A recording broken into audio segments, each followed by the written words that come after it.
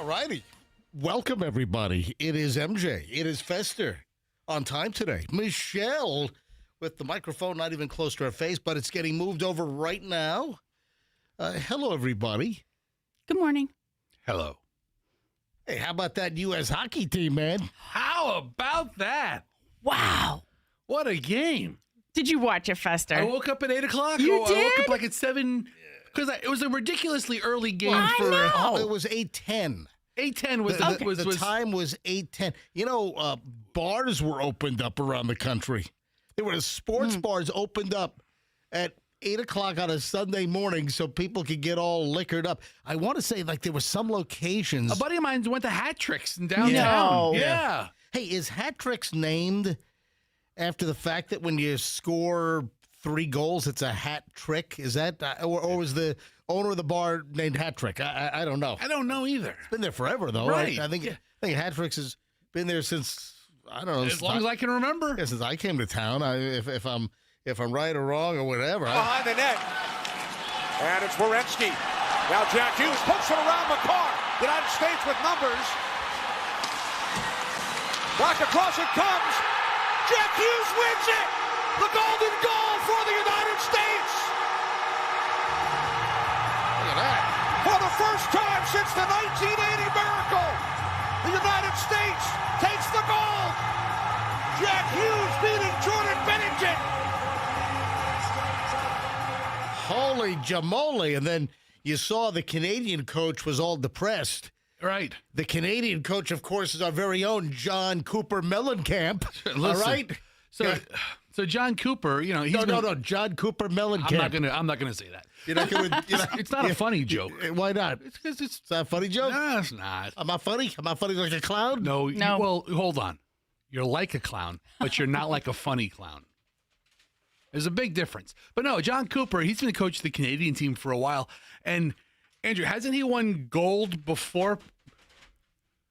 Hey, hold on. I got to turn his mom over here. What are you doing? What are you doing? I'm over here putting paper in my printer. We have a hockey expert in the other room over there. And here you are coming up with like... Why would you assume his mic is not always on? I have to turn his mic on. I don't know this.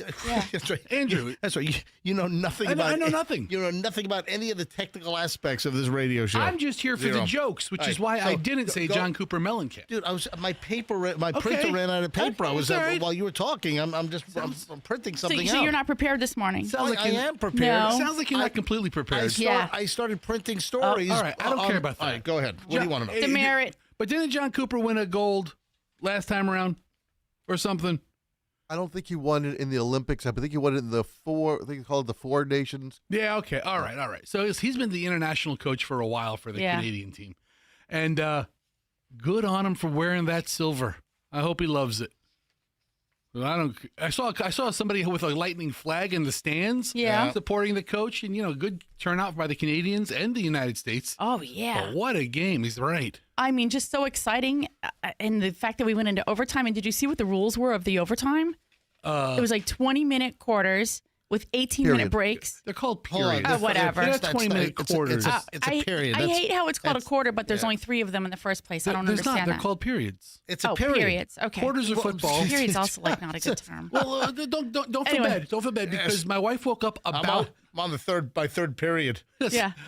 My wife woke up about overtime, and the first thing she said is, "Oh, what inning is it?" Oh. And I was like, So Allison and I could watch sports together. I was like, they're an overtime inning. She's like, okay, great. Those are technicalities.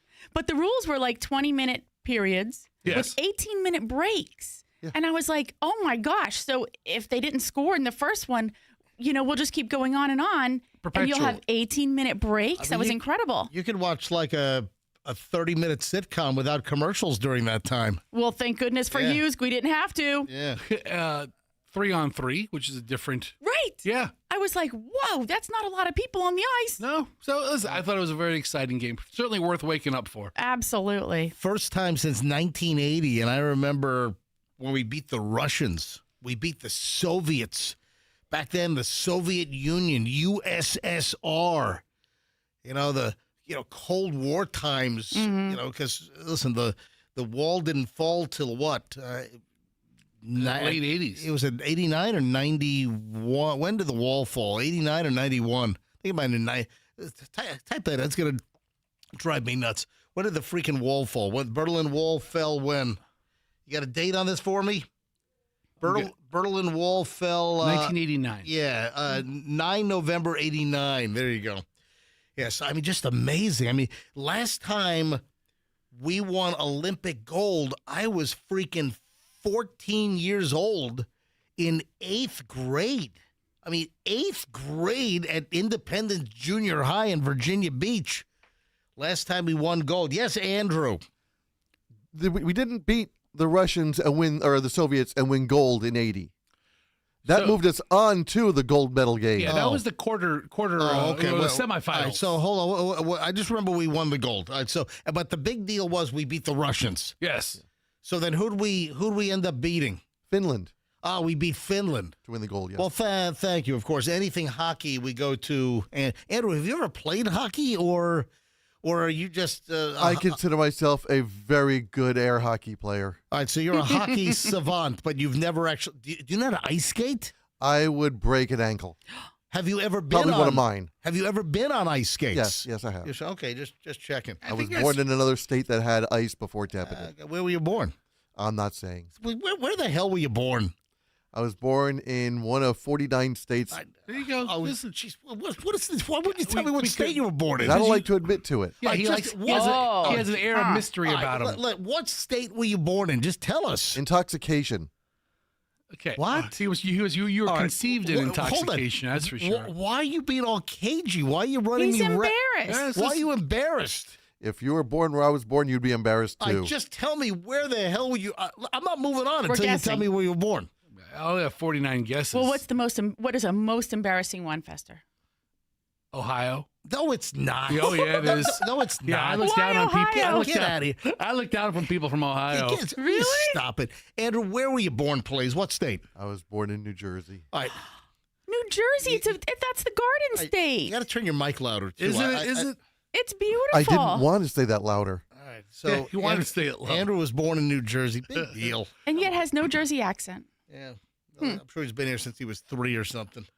All right. 6:09 at the MJ Morning Show, just getting rolling. Oh, the final medal count. And, we didn't do much Olympic stuff on the show. We, I like doing just the weird Olympic stuff. But I don't think I've ever done a medal count.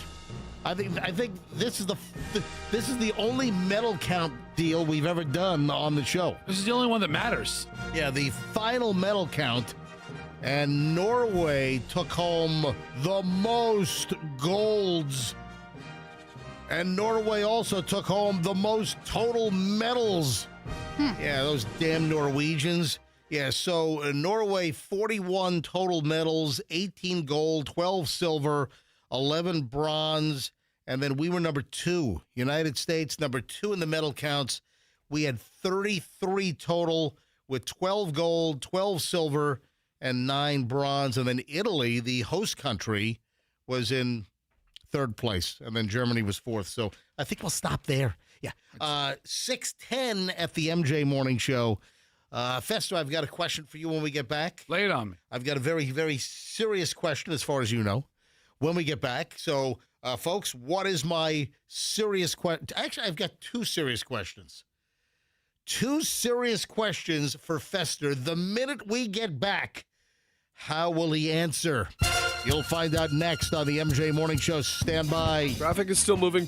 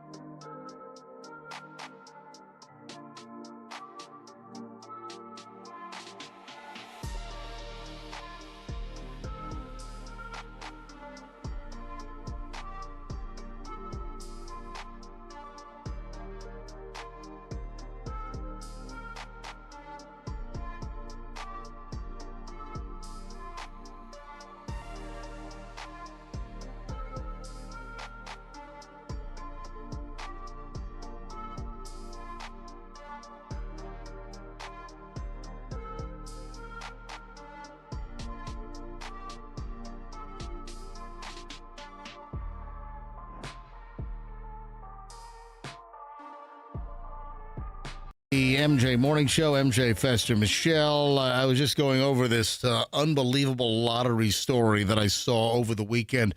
I was just highlighting some important points. Oh, yeah, killer lottery story. Yeah, if you dream about winning the lottery, oh, you got to hear this one. This got some twists and turns. So we'll get into that coming up later this morning. Oh, before I get to my questions for Fester, oh, by the way, there's an extra one. There's 3 questions. Okay. Yeah, it's not just 2 important questions for Fester. There are 3 important questions for Fester. We'll get to that here in just a minute. Let me see. Do I have to answer the questions as they come, or do you ask all 3 questions at one time? You know what? Are they multiple choice? I might have 4 questions. Okay. I might have 4 important I questions might have a question for Fester. you. All right, well, that's I fine. have a question for Michelle. That's fine. Oh, before I get into that, though, a couple of things. Did you see the video of the car wreck that I saw on I-75 feeding I-4 on Saturday late morning? Did you see the video I posted on my Instagram? When did that happen? It happened, the actual dash cam footage, which, man, the story's fantastic. I got to tell the story multiple times because, our audience turns over.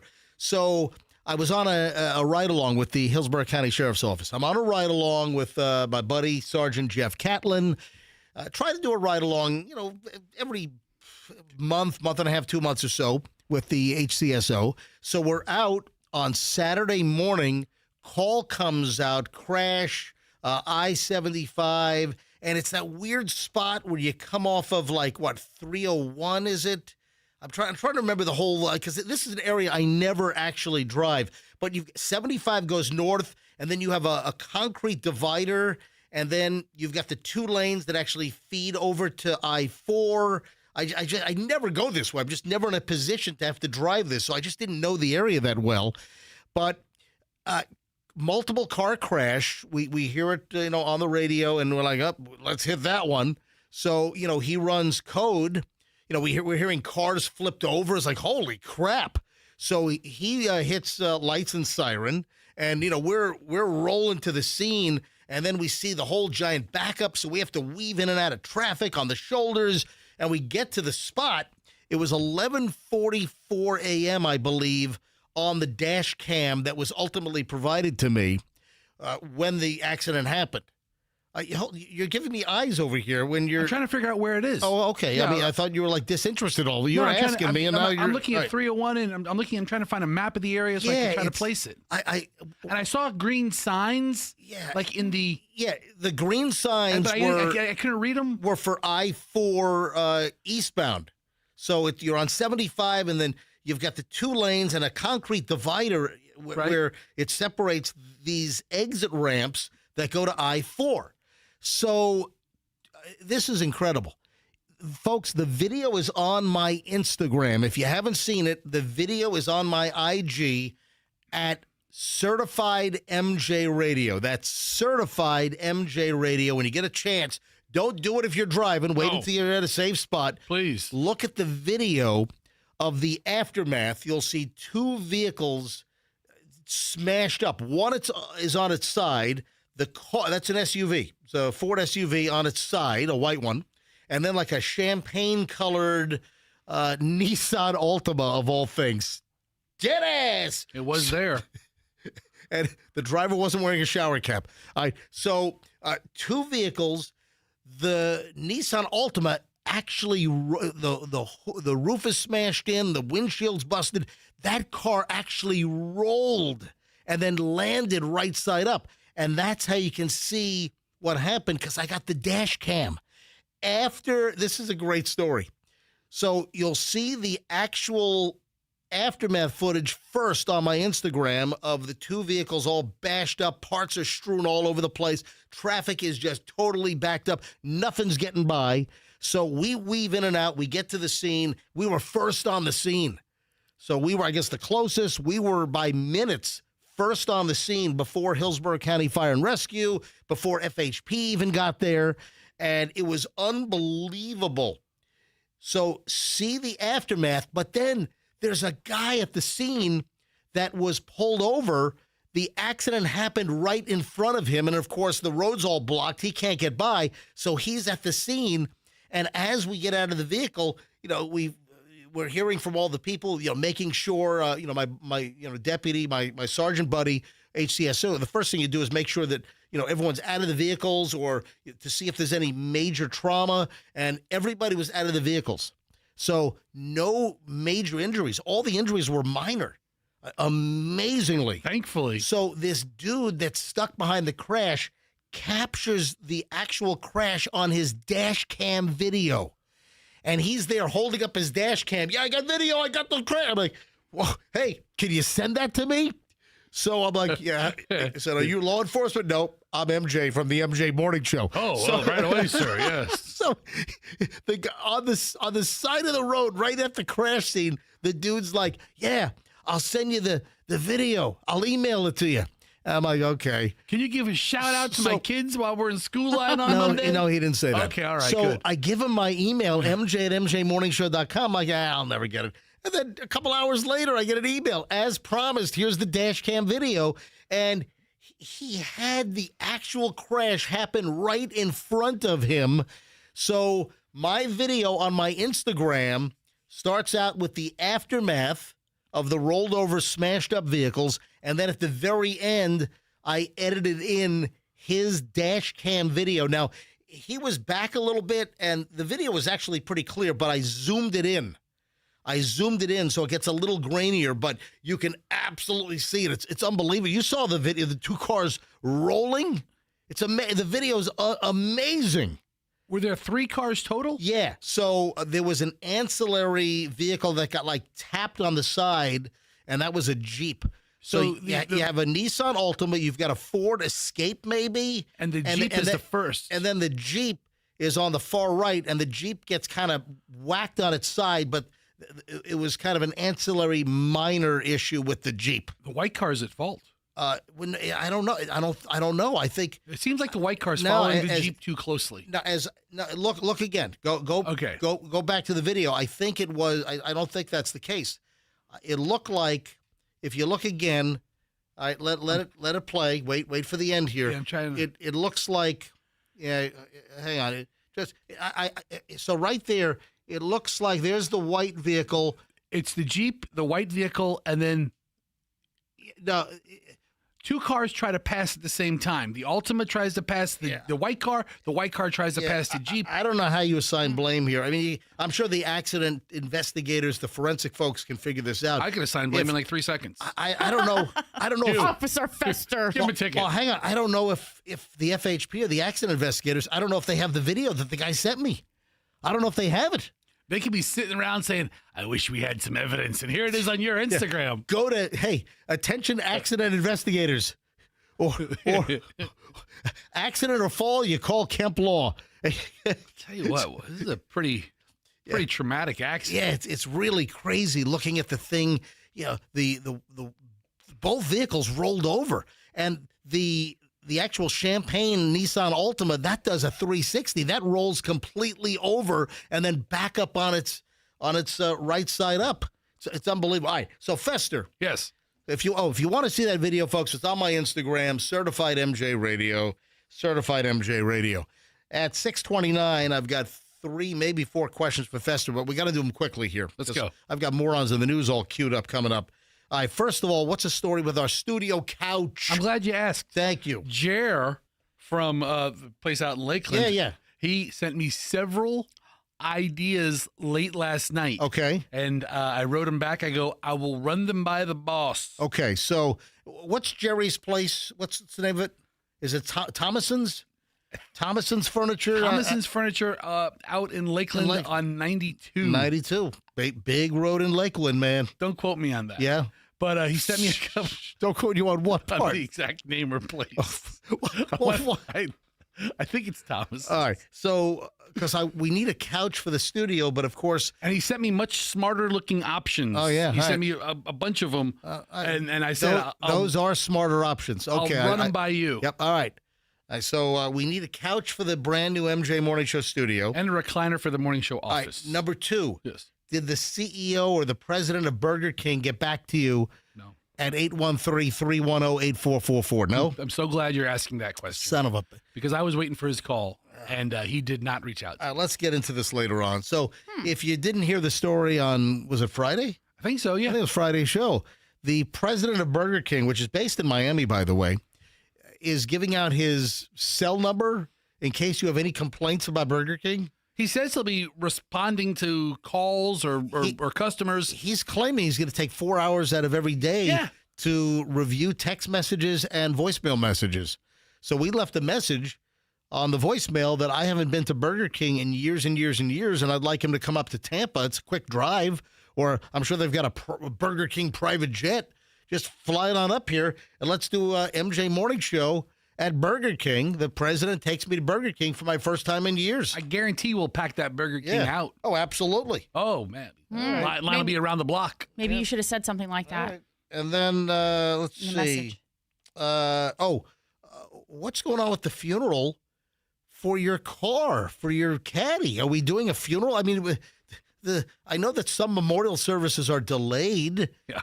But Fester's 2010 caddy DTS died, and we were going to have a kind of a memorial and park it in the parking lot and have listeners drop by flowers and everything, and you just kind of dropped the ball on that. So I went to go get the car. It doesn't run any longer because it has no oil in it because it has a horrendous oil leak. And I go to Ross, who's our expert mechanic, who built the transmission, rebuilt a brand new transmission. Yeah. I know. And then the car's other problem. I said, well, we're going to have a funeral for it. He goes, a funeral? What, are you kidding me? He's like, I could sell this. I was like, you could sell it? I was like, who's going to buy this? He goes, you sell it as is. You tell him it has an oil leak. I was like, it has an oil leak? All the oil leaks. He goes, yeah, you tell them all the oil leaks. And if they want to buy it, he goes, I bet you I could get you $1,500 to $2,000 for it. No way. And I was like, you know what? That will cover the fee of the as much money as I put into the transmission. Well, just the transmission's totally new and rebuilt. That was $1,800, right? Well, that was $1,800 with a friends and family discount. Oh, it was a $6,000 retail job. Oh my God! Oh, Really? wow. I mean, the parts. He didn't charge me for labor. Holy Jeebus! He charged me for the parts, which All was right. $1,800. The labor was on the so. Yeah, if you can sell it, but still, we can have a funeral. You tow it here. No. Oh, geez. It has a life. right. And Ross, I think Ross does not want to put it down. I think that's the thing. Ross has such Such an emotional bond to right? it. Yes. All right, when we get back, the morons in the news are on. The MJ Morning Show here on Q105. Nice pile of morons in minutes. Stand by. Hey, speaking of the car wreck that I responded to on the HCSO ride-along on Saturday, the perfect example. Accident or fall, you call Kemp Law. I should have handed out Stacy Kemp business cards is what I should have done. It just killed you, didn't it? just sit there and keep your mouth shut and not yell, call Kemp Law! Accident or fall, you call Kemp Law.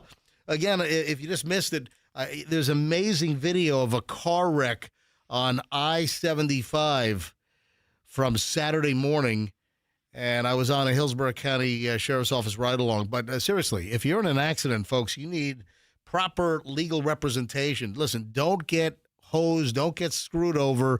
If somebody crashes into you, if suddenly you find your day flipping over and over and over and you're rolling in your vehicle because of some imbecile T-boning you at an intersection or rear-ending you, accident or fall, you call Kemp Law. KempLaw.com and tell them MJ sent you.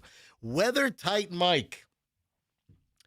He's the guy to get your window and door replacements done right. You know, we got another cold snap coming here. You have some, leaky, cold, drafty air coming into your house. Hey, might be time for window and door replacements. Hey, a couple of things here. It's not only older houses that need window and door replacements. In many cases with, the building booms that we've seen here in Florida, some of these, big developments or tract homes, so sometimes the builders, they use crappy windows and doors, to hit a certain price point. And I mean, I've heard the stories from Weather Tight Mike. You've got some windows and doors that need to be replaced on houses that are barely 10 years old. And if that's the case, you want it done right with Weather Tight Mike. Or if you got an old home, or if you want to get ready for hurricane season, now's the time to get hurricane-rated windows. $200 rebate per door, $100 rebate per window. Of course, it's PGT custom windows and doors. And, of course, they're installed perfectly. The best installation comes from Weather Tight Windows. Weather Tight Mike, mention me, MJ, that I sent you. Don't forget the cookies. WeatherTightWindows.com. Traffic's on, and then the morons of the news next. Overall, traffic is...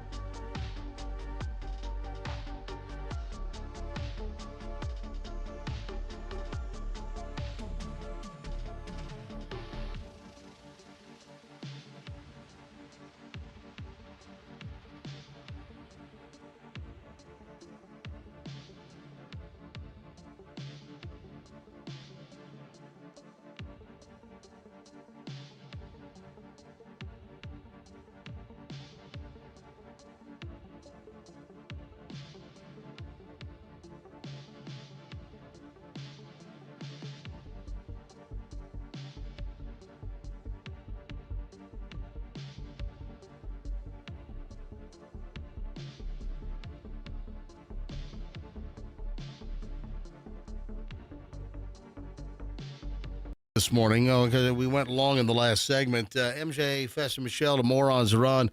Michelle, look at me. Look at the camera too. Look at me. Yes. Now look at the camera. Oh, it looks like we just had a roll in the back seat of the car.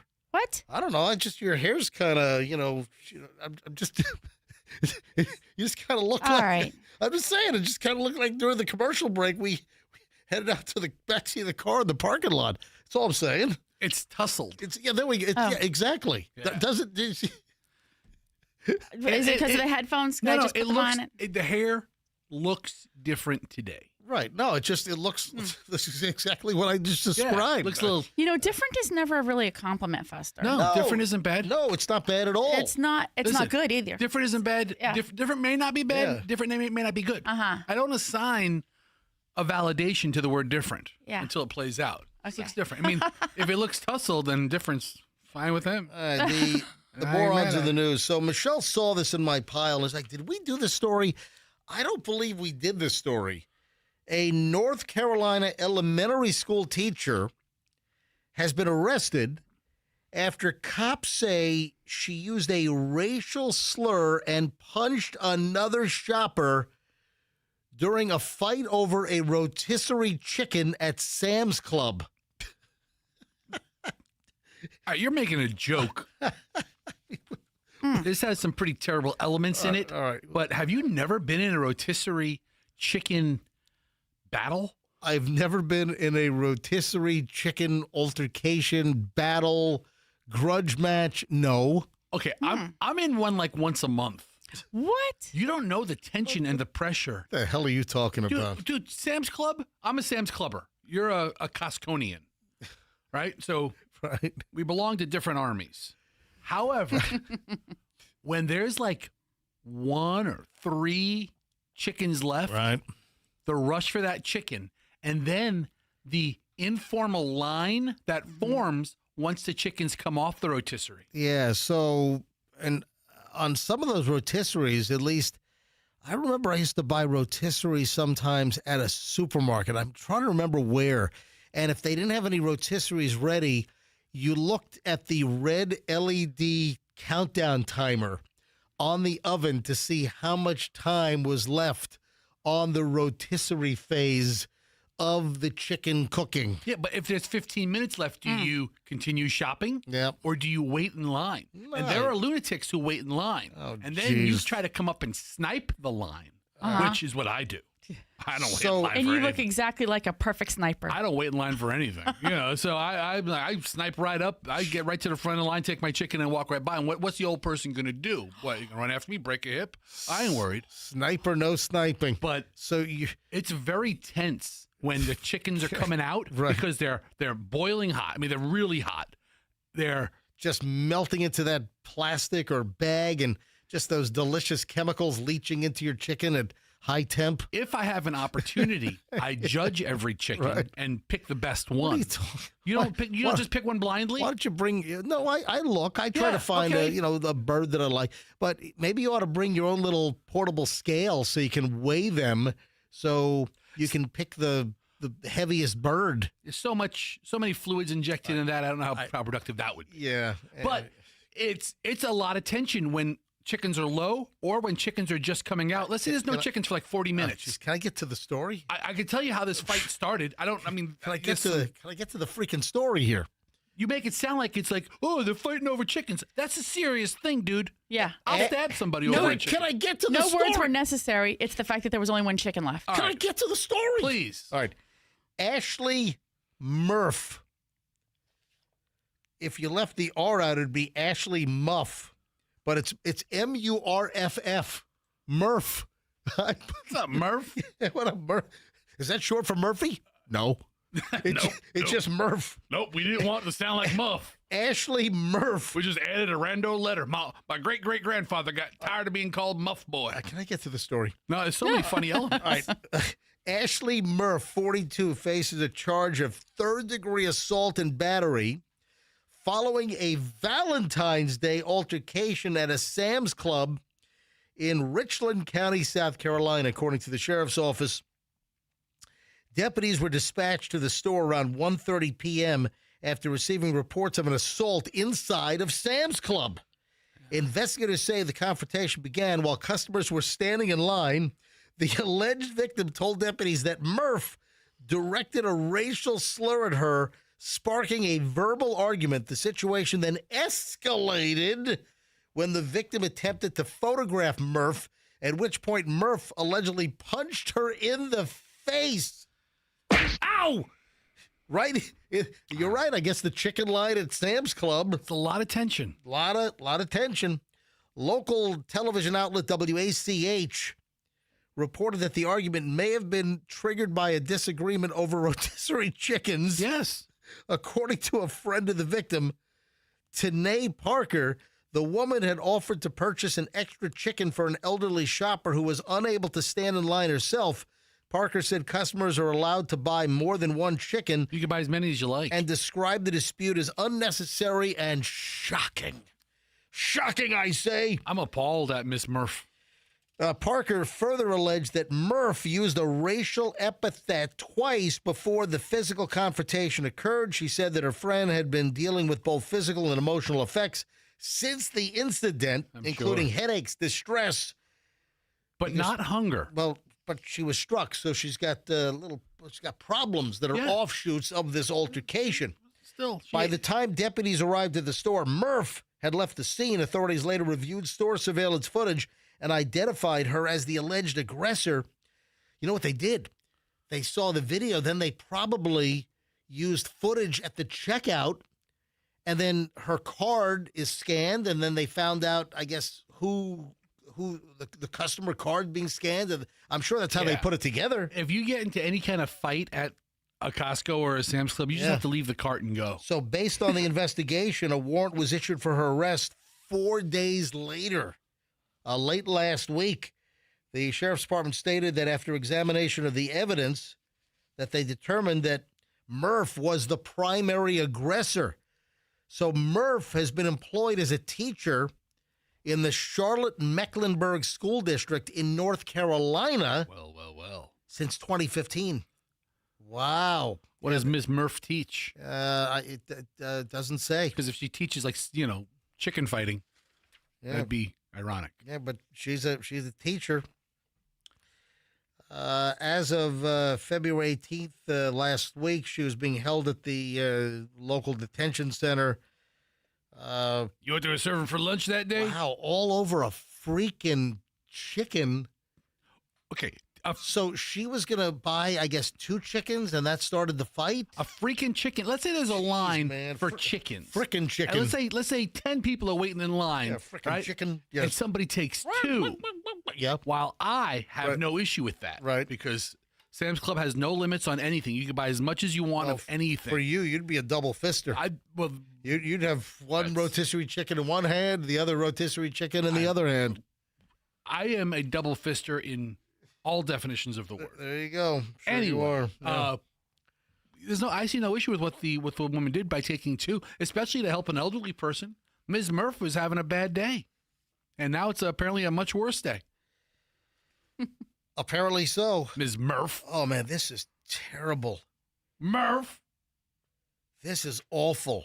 Does it involve Ms. Murph or is No, I'm moving on, dude. Okay. It's another story. It's another item. But it involves like food again. So let's move from the Sam's Club to, believe it or not, a Burger King. A 4-year-old accidentally shot himself in a Burger King parking lot. All right, before you get all upset, the 4-year-old is going to survive. The 4-year-old, I guess, shot its fingertip off. Oh, no. This is nuts. I mean, talk about going from bad to worse, but this is morons in the news. The fact that a mother had a handgun within reach of her 4-year-old kid at a Burger King parking lot. Man, this could have gone a whole lot differently. This could have been a whole lot worse. So out of Dacula, is it Dacula, Georgia? It's D-A-C-U-L. Whenever I see that, D-A-C-U-L-A, Georgia, I think of Dracula.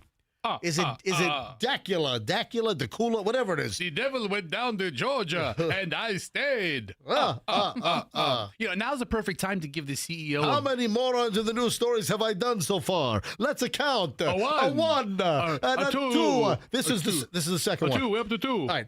This is the perfect time to call the Burger King CEO, by the way. You think so? I mean, as we're talking about it, I want to show him that it's worthwhile to give me a call back to set something up between us because we do talk about his company. All right, hang on. 4-year-old accidentally shot himself in a Burger King parking lot. The child's mother said that she and her son stopped at Burger King to get breakfast when they learned that her dog had been run over. So they found out their dog was run over. So, hey, let's go get breakfast at Burger King. While they're at Burger King, the 4-year-old grabs a Glock from the glove compartment of the truck. The woman said the child pointed the gun at her and then fired, hitting his own index finger. Oh. Officers responded to the Burger King in Georgia where they found the child was taken to the hospital for treatment. Oh, my God. Can you imagine this? This might be the most Georgia story ever. Oh, my God. I mean, nuts. I mean, how about you don't let a 4-year-old have access to a gun, but then the 4-year-old pointing the gun at mom and pulling the trigger? Man, it could have killed mom. The 4-year-old hit its own finger. This is unbelievable. So everyone's surviving here, but this is insane, man. Morons in the news on the MJ Morning Show on Q105. Stand by. 7 o'clock hour is next. And weird thing found on a United Airlines flight. What is it? And a guy with 3 junks? A guy with 3 junks. All right, hang on. I'll explain it all next on the MJ Morning Show on Q105, 104.7 FM. Hey, how about a miracle? How about a Miracle Toyota? Folks, Miracle Toyota is out in Haines City. If you're in Polk County, and you're looking for Toyota car, truck, SUV, I'm going to tell you right now, you need to hit up Miracle Toyota. You're in Lakeland? Go to Haines City. Get your Toyota. You tell them MJ sent you, you're golden. I'm telling you right now. So if you're looking for a great experience, I hate, when you're kind of car dealered up. That's my definition of they kind of work you over. They give you the business. You're not going to get that at Miracle Toyota. Family-run operation, owned by Murphy Auto. I know Mike. Mike lives in my neighborhood. also the owner of the brand new Genesis of Tampa. So if you're looking for Toyota and you're in Polk County, or listen, anywhere within the sound of this transmitter range, go ahead and hit up Miracle Toyota right in the heart of Haines City. And, of course, tell them that MJ sent you. Plan B air conditioning is no more. Ladies and gentlemen, we're going to have a memorial service for the retiring of the Plan B name. Why? Because they're now Air Rescue. When you need your air conditioning or heat rescued, hey, we got another cold snap coming. So you put on your heat, and it's not working. We're going down into the 30s in lots of places here in the Tampa Bay area overnight tonight. Heat doesn't work, you call Air Rescue. So Air Rescue is Plan B all rolled into Air Rescue is what happened. You know, listen, Kenny, the owner of Plan B and Air Rescue, they decided, hey, let's simplify things and let's go ahead and just go ahead and, consolidate the companies. Same great service, same honesty, integrity. You mentioned me, MJ, you get 10% off. That's a nice little spiff there. 10% off when you mention me, MJ. Air conditioning, heating problems, it's airrescue.com, airrescue.com, or 888 never wait, and tell them that MJ sent you.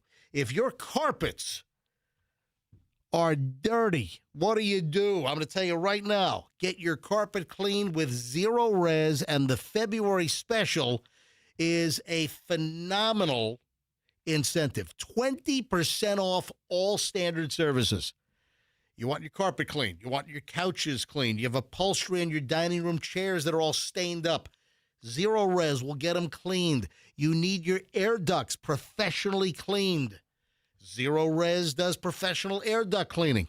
20% off during the month of February. This is going to expire, though, folks, in just a matter of days. Today's, the 23rd. You only have, less than a week left. Hit up Zero Res. Go to ZeroResTampaBay.com. That's ZeroResTampaBay.com. Get the phone number on the website, or you can book online. I like to call because then you can say, hey, MJ sent me. You got to tell them MJ sent you for 20% off. Best carpet cleaning around. It's ZeroResTampaBay.com, and tell them that MJ sent you. Traffic's on 6:58. Let's grab Schreiner with the latest MJ Morning Show back in just a sec. In Polk County, we have an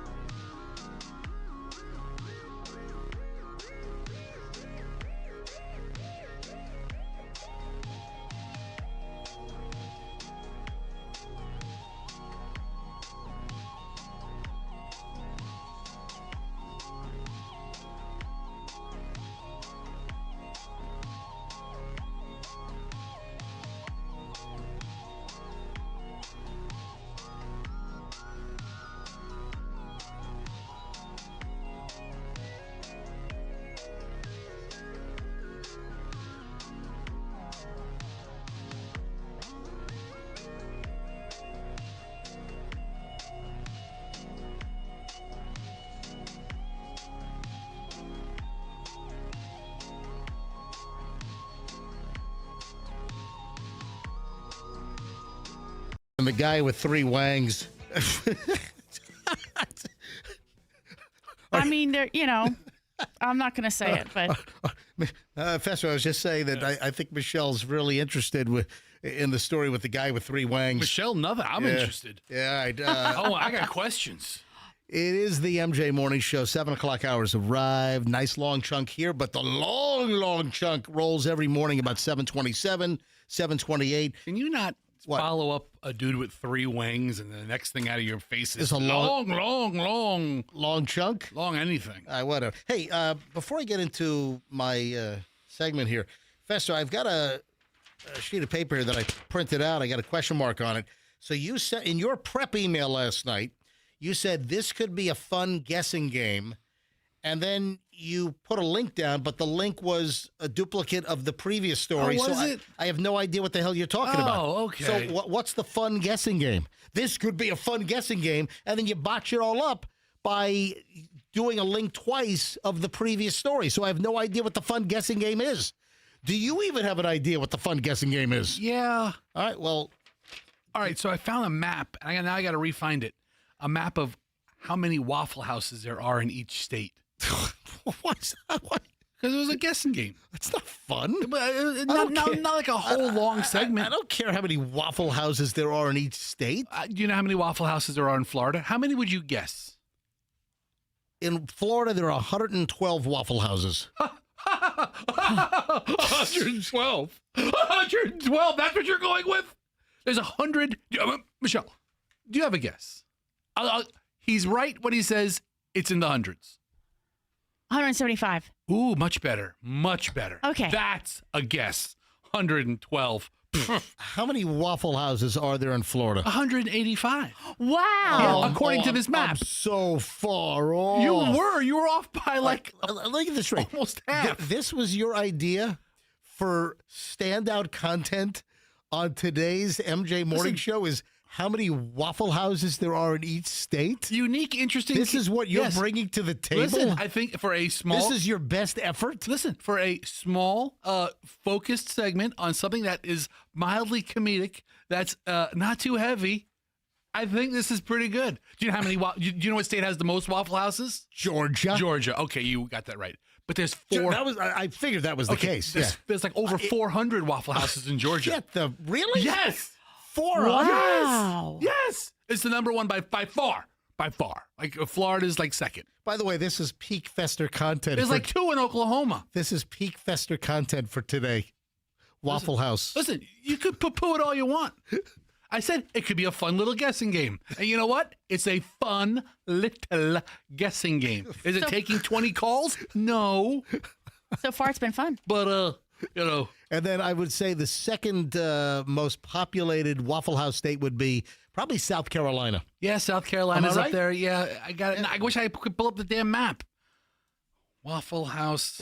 I got to see. Dude, so you sent me the link to the map, but then you sent me the wrong link, so it was the previous story. The Waffle House locator. Oh, here we go. Here we go. This isn't the one I saw yesterday. But it's still, the numbers are pretty close. Oh, there are 400. How many Georgia Waffle Houses did you say? I said 450, but this has 445. yeah, this isn't the map from yesterday, but still, the amazingness. Yeah, you said how many Waffle Houses in Florida? The map I saw yesterday was 185. They have 190 on this map for Florida. Okay, within swinging a dead cat distance, they're pretty close. Michelle, guess how many Waffle Houses there are in New York? 0. That is correct, 0. So hold on, you get a for 0. There are 0. Did you think I wasn't going to guess right? All right, fine. But New York shares its largest border with Pennsylvania. Yeah. How many's in Pennsylvania? How many waffle? That's where Michelle wants to move. Michelle wants me to shut. Okay. Michelle wants me to shut this show down tomorrow, and she wants to buy some rolling acres in Bucks County, Pennsylvania. No, not rolling acres. I don't want anything to take care of. You move out there, call it Schmucks County. All right, but it gets crazy now. Here's where it gets ridiculous. What? How many's in Pennsylvania? How many Waffle Houses in Pennsylvania? 49. Okay. I said crazy. 10. There are 10. Now, listen. How did I get sucked into this? Here's where it gets super nuts. Does West Virginia have more or less Waffle Houses What the hell are we doing? than Pennsylvania?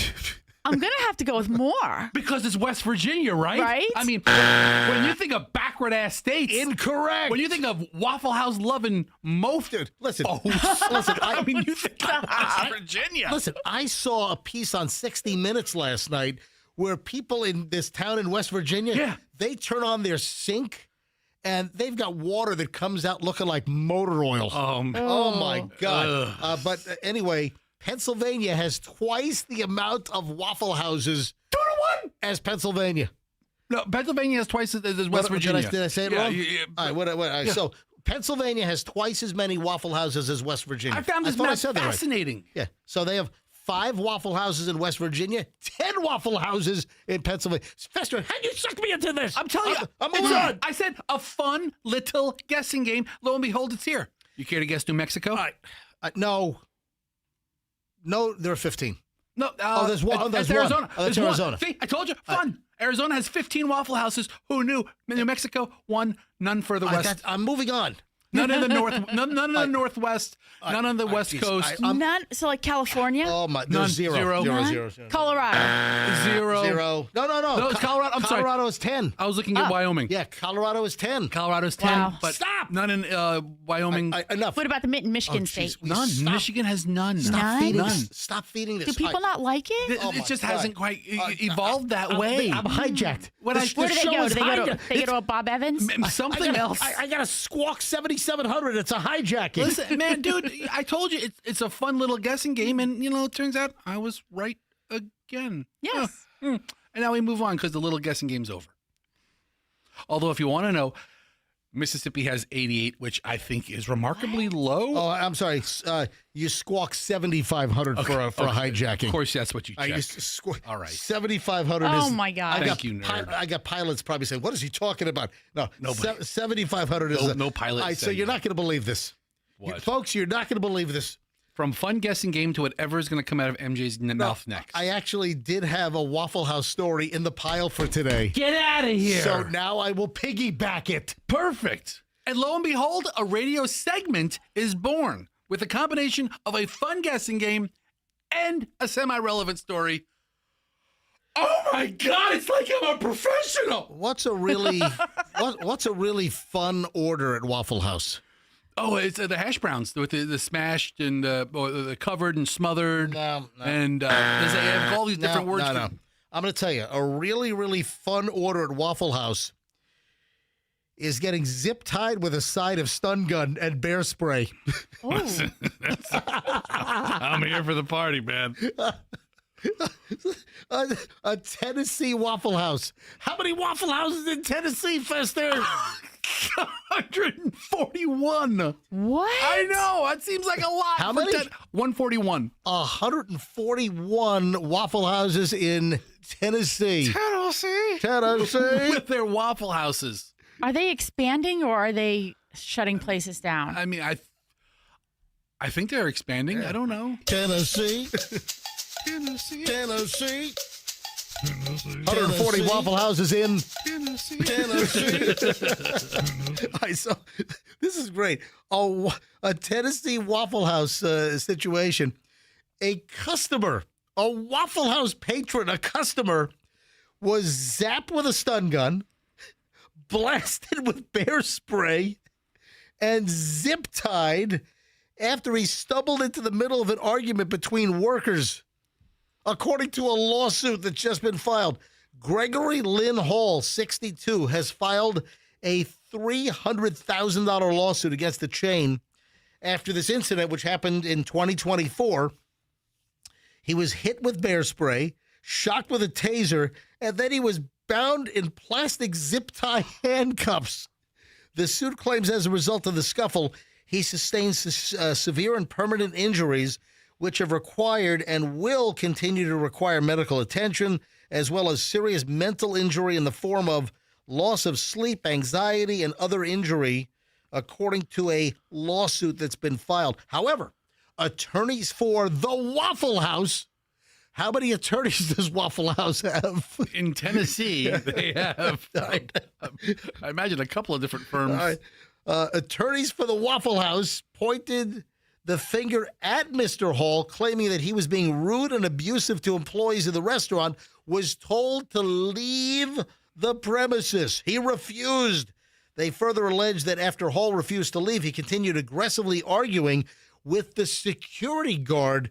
You know, that's a fun Waffle House where they have security guards at the Waffle House. Yeah, man. You want to know you're in a bad neighborhood without saying you're in a bad neighborhood? Look for the Waffle House with a security guard. All right, so I've got to tell my story about the Waffle House on 301 near the fairgrounds from Saturday. Really? Yeah, because on my HCSO ride-along where I captured the video of the rollover crash on I-75 that we responded to. Then you guys are like, man, I'm hungry for a waffle. Hang on. One of the first situations of the day was right behind the Waffle House. So I'll get to that later on. Okay. Probably next long segment. If you didn't hear about the massive I-75 double rollover crash and the video that I have posted on my Instagram, if you want to get a jump on it, if you have not seen the amazing crash video, it's on my Instagram at Certified MJ Radio. And then I got a Waffle House story we'll get to a little later on. So the guy refused to leave. He was arguing with the security guard, continued ignoring multiple commands to leave, get out of here. And that resulted in the use of non-lethal force to expel him from the premises, which included taser, bear spray, and getting zip-tied with those, those plastic, like riot handcuffs, where they have to arrest a whole bunch of people. You do not want to mess with Waffle House staff. The fight kicked off just before midnight on May 4th, 2024. He's just filing the lawsuit now. When he went inside the restaurant's Nashville location and attempted to place his order, Hall claimed the cook started yelling profanities at him and told him to go place his order at the pickup window. When a female Waffle House worker approached the window to take his order, the cook allegedly unleashed a fresh stream of profanities, and the employee was telling him, get the F back over here. This is insane. Hall said he asked the cook why he was using that kind of language toward an employee, but the cook allegedly barked back, that's my effing wife. Don't you tell me how to talk to her. That's right. Oh, man, we got a husband-wife Waffle House tag team here. Yeah. The whole family works there. My son does the dishes. Kids clean the toilets right now. Right. All right. Then he placed his order, a hash brown bowl, stepped away from the window and waited for his food. However, apparently still confused about the interaction, Hall decided to take a picture inside the restaurant in case something happened between the couple. Oh, that really incensed the cook that he was taking pictures of them. That's right. Oh, after seeing him snap a photo, a uniformed security guard approached Hall, asked him to leave the restaurant, but he refused, saying he was waiting to get his food. The complaint states the guard then went to his truck to retrieve a set of riot gear. So the Waffle House security guy has riot gear in his truck. It might go down. So he goes to get his riot gear and went back inside and sprayed Hall with bear spray. So I guess what? The riot gear had bear spray as part of the kit? Some kind of super repellent. Yeah, makes sense. God. A non-lethal repellent that would make you feel really bad. So after he was hit with the bear spray, Hall tries to back away. The guard followed him into the parking lot, then he hit him with the stun gun, hit him with the taser. And then the guard put his knee on Hall's back, pulled his arms behind him, and zip-tied him with those nylon zip-tie handcuffs. My God. Mr. Hall was taken to nearby Metro General Hospital. As he should have been. Man, this sounds like a good scene for The Pit on HBO. He's covered in bear spray and syrup. You know, there are 10 Waffle Houses in Pennsylvania. You know what? Where the Pit is based. I bet you one of them's near Pittsburgh. Probably a couple out towards that way. Oh, my God. So the ownership of the Waffle House, they pinned the blame on the customer.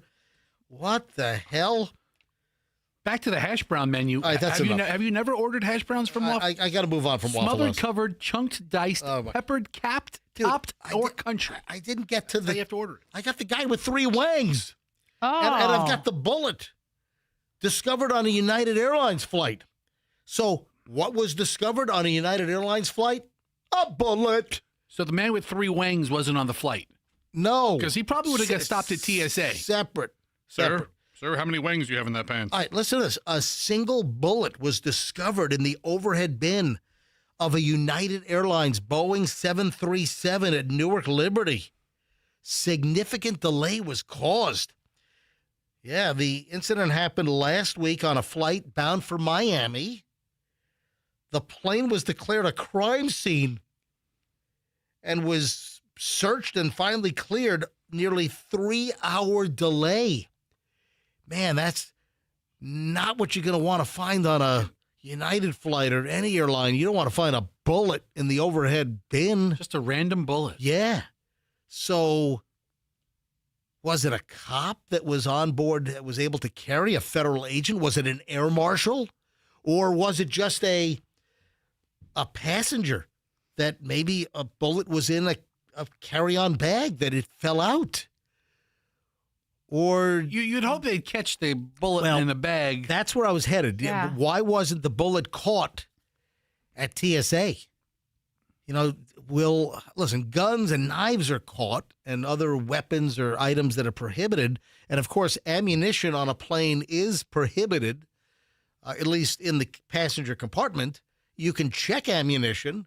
You can check a gun. On most airlines, you can actually check a gun in an approved locked box in your checked luggage. But the mystery is, how the hell did this bullet? This was last week. United Flight 1511 underwent a security sweep after a bullet was discovered in an overhead bin prior to the flight's departure. Security personnel cleared the aircraft, which later departed for Miami. 3-hour delay. Wow. That's nuts. So I don't know if they'll ever know how the bullet got there. You know, I'm guessing it really wasn't a threat. Right. I don't think this was like a hijacking potential. No, I just think that a bullet fell out of a bag. Or what if you realize you have a bullet on you? Yeah, by the time you're on the plane, you just got to get rid of it. Yeah, just put it in your pocket. I mean, and then discard it. So, like, I went through airport scanner recently. Yeah. I took a flight, and the guys, do you have anything on you? And I'm like, nope. But I'm thinking in the back of my head, that's kind of your job to tell me. Yeah. I had 12 cents in my pocket. I had a dime and 2 pennies. Oh, geez. And they flagged you on that? And they say, sir, there's something in your pocket. What's in your pocket? And I reach in and I pull out 12 cents. Oh. And the TSA officer looks at it and goes, oh, okay, you're good to go. But if I still would have had a bullet in there. Yeah, bullet not good. Not pull the bullet out. He would have seen my 12 cents and let me go. Oh, true. I don't know. If you have a carry-on bag and you have one bullet in your luggage or in a carry-on satchel or computer bag or whatever, or a duffel. So many other things. Is TSA going to see that one bullet on the X-ray? Yeah, make 99 times out of 100 probably. And I'd like to know that. You know what? I'm going to do some further bullet TSA research. Do they have TSA testers? Like secret shoppers for they TSA? Do? Oh, yeah. Oh, dude, yes. I want that job. Dude, I think it's the FAA, or maybe it's the Department of Homeland Security.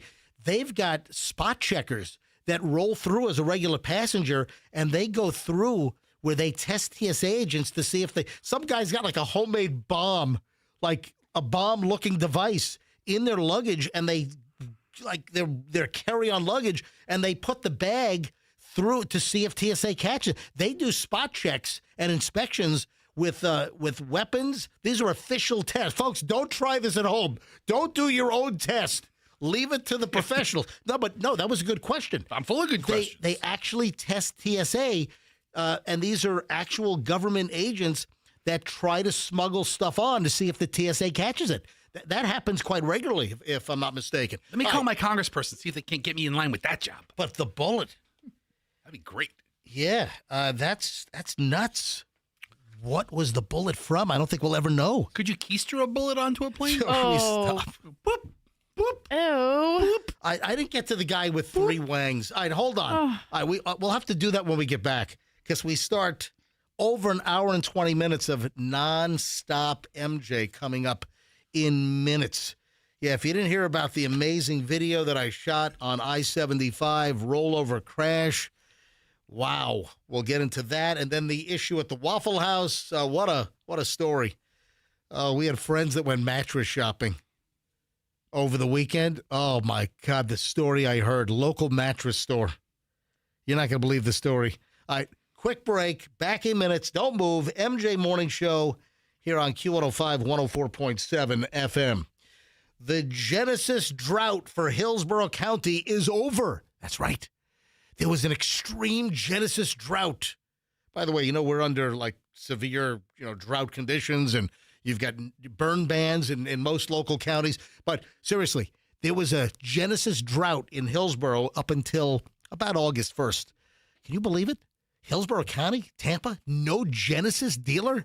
And that's when Mike Murphy from Murphy Automotive said, Hillsborough County, Tampa needs a Genesis dealer. It's like the book of Genesis. It's like the beginning. It's seriously. So Genesis now is in Tampa, folks, and it is a phenomenal experience. Again, Murphy Auto Group, they opened up the new Genesis dealership. You want to buy, you want to lease, you want to get a used vehicle. They also have an amazing selection of pre-owned. What an experience. The Genesis vehicles are top-notch. The G70, the GV70 SUVs, they just look fantastic. They drive well. They're built for safety and technology. So if you're looking for Genesis, folks, you got another option now. I recommend you use it. Genesis of Tampa, 275 in Bears, and tell them that MJ sent you. If you want to sell your home, I'm going to give you an awesome option to sell your home, and that is calling Mark Spain Real Estate. Get a guaranteed offer from Mark Spain Real Estate, and you get to choose when you want to move. No showings, no open houses, none of the stress, man. I'm telling you, get it out of your life. MJ recommending Mark Spain Real Estate to all of you listening here in the Tampa Bay area. They'll sell your home hassle-free with a strong all-cash offer. In fact, Mark Spain Real Estate sells over 4 homes every single hour, making them the most experienced real estate team in the U.S. Trust them to sell your home hassle-free and for maximum value. Guaranteed offer from Mark Spain Real Estate was fantastic. It could not have gone any better, and we received an offer that was higher than what we were expecting. That's from Tracy. By the way, she's an EY Tracy, not just a Y Tracy. When it comes time to sell your home, folks, use Mark Spain Real Estate. Go to markspain.com, get a guaranteed cash offer on your house today. That's markspain.com, and start packing. Traffic's on at 7:25. Let's grab Schreiner. 1 hour, 20 minutes nonstop. MJ next. In Polk County, we have an accident.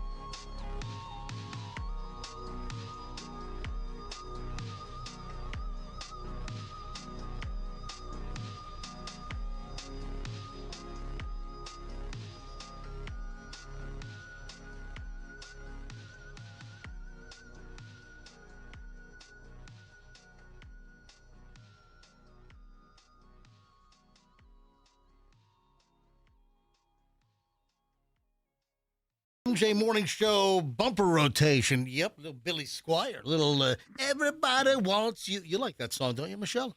Everybody Wants You. You fixed your hair, by the way. You're not as I love that song. You're not as tussled. I didn't fix the hair. Well, you're just not as tussled looking as you were You want last to go back hour. to the tussled look? No. I don't know how to accomplish She that. pulled it out from over her eye. Yeah. That's about it. Welcome, folks. Over an hour and 20 minutes of nonstop MJ starts right now. So the guy with three, this is interesting. Guy lived his whole life with three wangs. Didn't know it. Because the one wang was obvious, but he had two more built in. Tucked What? In, yeah. Tucked in where? Scrotal wang. I may have to re-examine things. Listen, I'm not making this is folks. This I may have more than one. If that's the case. Undiscovered? this is the anatomical segment of the MJ Morning Show. No, I thought this was fascinating, and I was trying to do this last segment, but we kind of got detoured a little bit. Yeah, a dude who passed away at 78. Upon, I guess, autopsy, they discovered that he had three units. He had the obvious unit. Then there were two more units that were inside, his anatomy. That's so sad. Why is it sad? Because he didn't know when he died. Well, I mean, He didn't even get to take advantage of it. would He there died not knowing. would there have been an advantage to it? I don't think so. I mean, so he had two secret wangs. Oh, I thought the story was going to be a lot better than it was. Exactly. I'm sorry. Gosh, you built that up. Yeah. Secret wangs. Well, hold on. Wait, what you thought there was a guy that had three outward obvious extra You said the guy with three wangs, and you said it really excited. Like danglers? Yeah. You didn't say. So the question is, any guys that are listening right now, is there any chance that you're packing an extra wang and you don't even know about it? Roughly 1 in 5 to 6 million live births have polyphalia. Look at that. It's a new word, polyphalia, which means poly means many or more than one or whatever it is. And phalia is wang. It's more than one wang. Look at that. Oh my God! What? Do not go to Google and type images. Stop. Okay. Oh Yeah. no! I shut Oh no! I'm not doing it. right, I was just going to do it faster, but you're let's- saying no. Let's move on. We're moving on. Oh, I didn't need to see that at all. Fester, I got a couple of food alerts for you. By the way, Fester sent me his own food alert, which we'll get to second. First, though, do you shop at Trader Joe's or just Aldi's? Is Trader Joe's too highbrow for you? No, and you shop at the Lesser Brothers place? Well, first of all, Trader Joe's has a terrible footprint in the Bay Area. There's one in South Tampa, one in St. Pete, one in Palm Harbor. So it's not a primary stop for me. Does that make sense? Yeah. And I don't understand people who do their primary shopping at Trader Joe's. I think they're kind of weird. Yeah. Like, you ever go to Trader Joe's, you see somebody with like a cart just full of stuff, and I'm like, I hate you. I like Trader Joe's. I do too. But Trader Joe's is not my primary shopping place. No, and so if I go once every 2 months or 3 months, I'm fine. Dude, I go to Trader Joe's probably once every 2.5 weeks because I have a list of about I have a 12-item Trader Joe's like list. I think that's the norm. Right. I think that's what. Then you compare it to Aldi, where there's a location practically on every other street corner now. That's the point I'm trying to make. All right, so there are about 12 items in rotation for me at Trader Joe's, and I don't always buy all 12 at the same time. I'll roll in and just get 2 or 3 of what we need.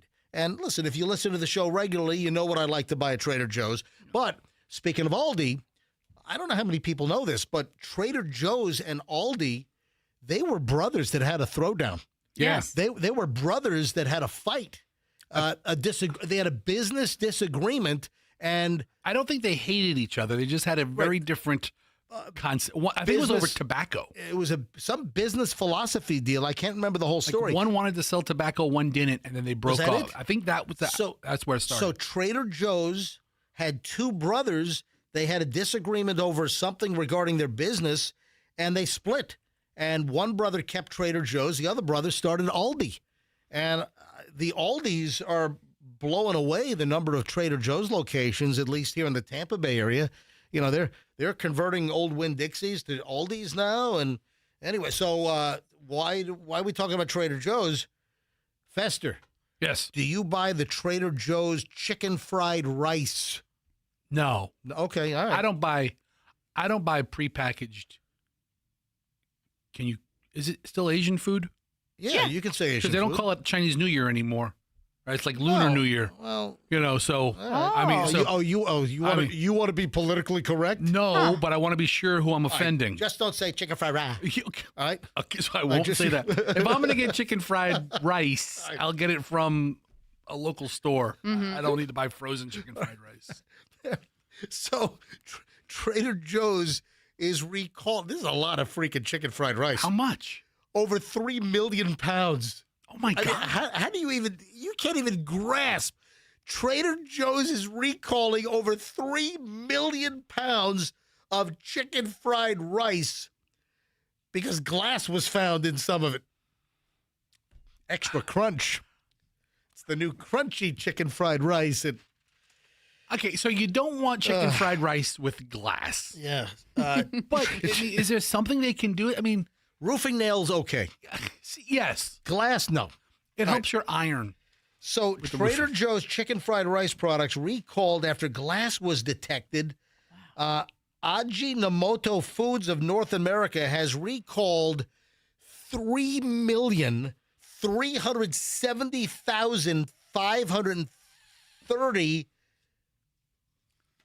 million pounds of frozen chicken fried rice product. This is on 3,370,530. What the? That is unfreaking believable. I mean, So the bag is like a pound and 1 pound, 4 ounces. is that what it is? So that would be a 20-ounce bag. Is that what you're saying? Yes. Okay. That is an enormous amount. I mean, I would like to see what 3.3 million pounds. Can we palletize this and just put it in a parking lot somewhere? I want an eyeball on what 3.5 million pounds of fried rice looks like. You could count it by semi-truckload. Oh I my mean, it's a lot of God. trucks, it sounds like. Yeah, no injuries reported.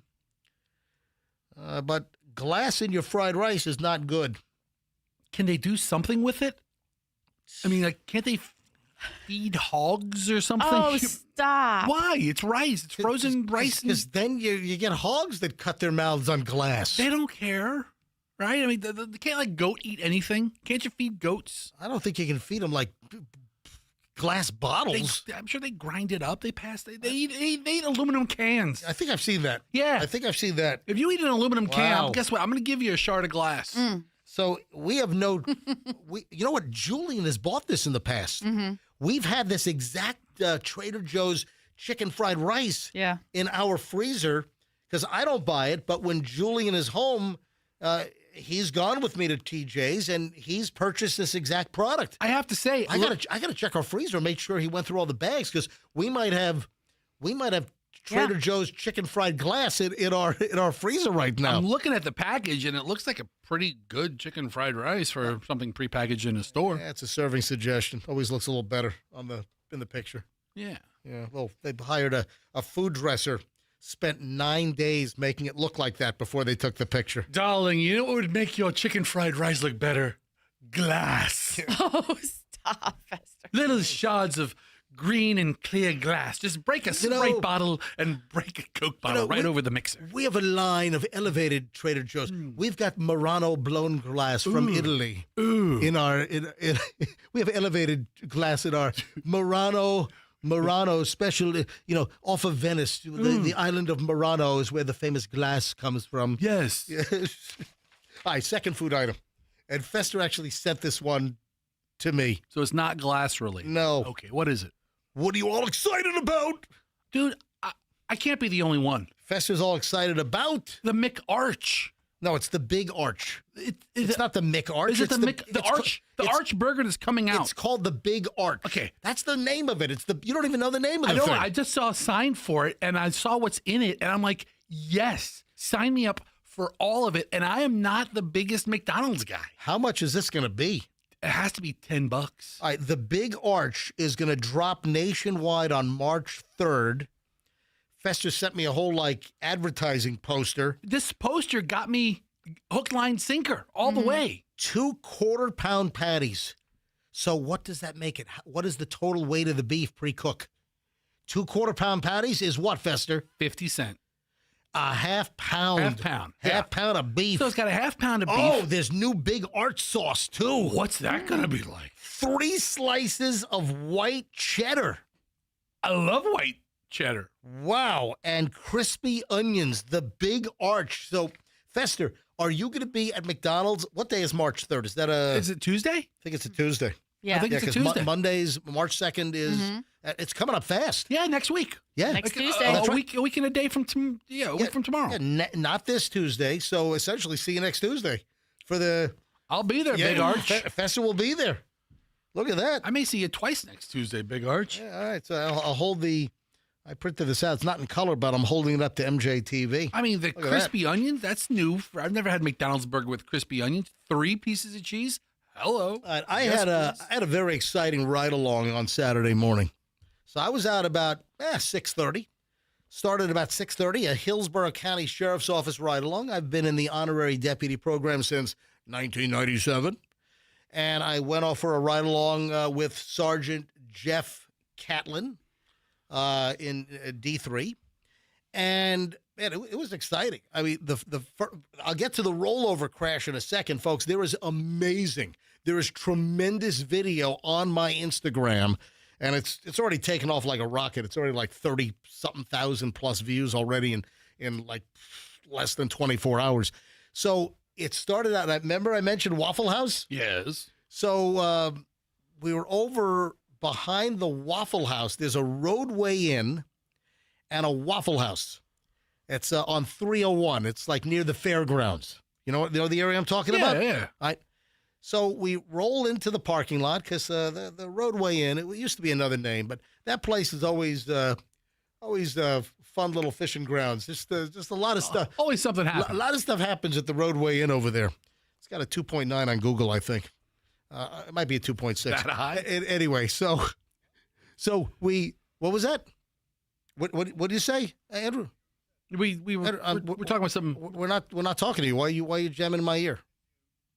I did what? Did you cue your mic to him? No, I didn't do anything. Okay, I didn't touch a thing. All right. All right. It was a misunderstanding. I did nothing. Apologies. Yeah, Andrew's like, what? What? Right. Apologies to all parties involved. All right, so we roll into this parking lot area, and there's a white car. There's a white vehicle, and it's occupied 3 times. Driver, passenger front, passenger rear. And they're just sitting back there, and the windows are open. They're just sitting behind the Waffle House, which is right adjacent, essentially the same parking lot as the roadway in.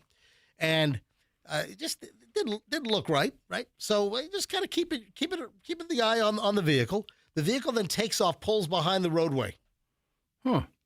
And you got a little shrubby, grassy area behind the roadway.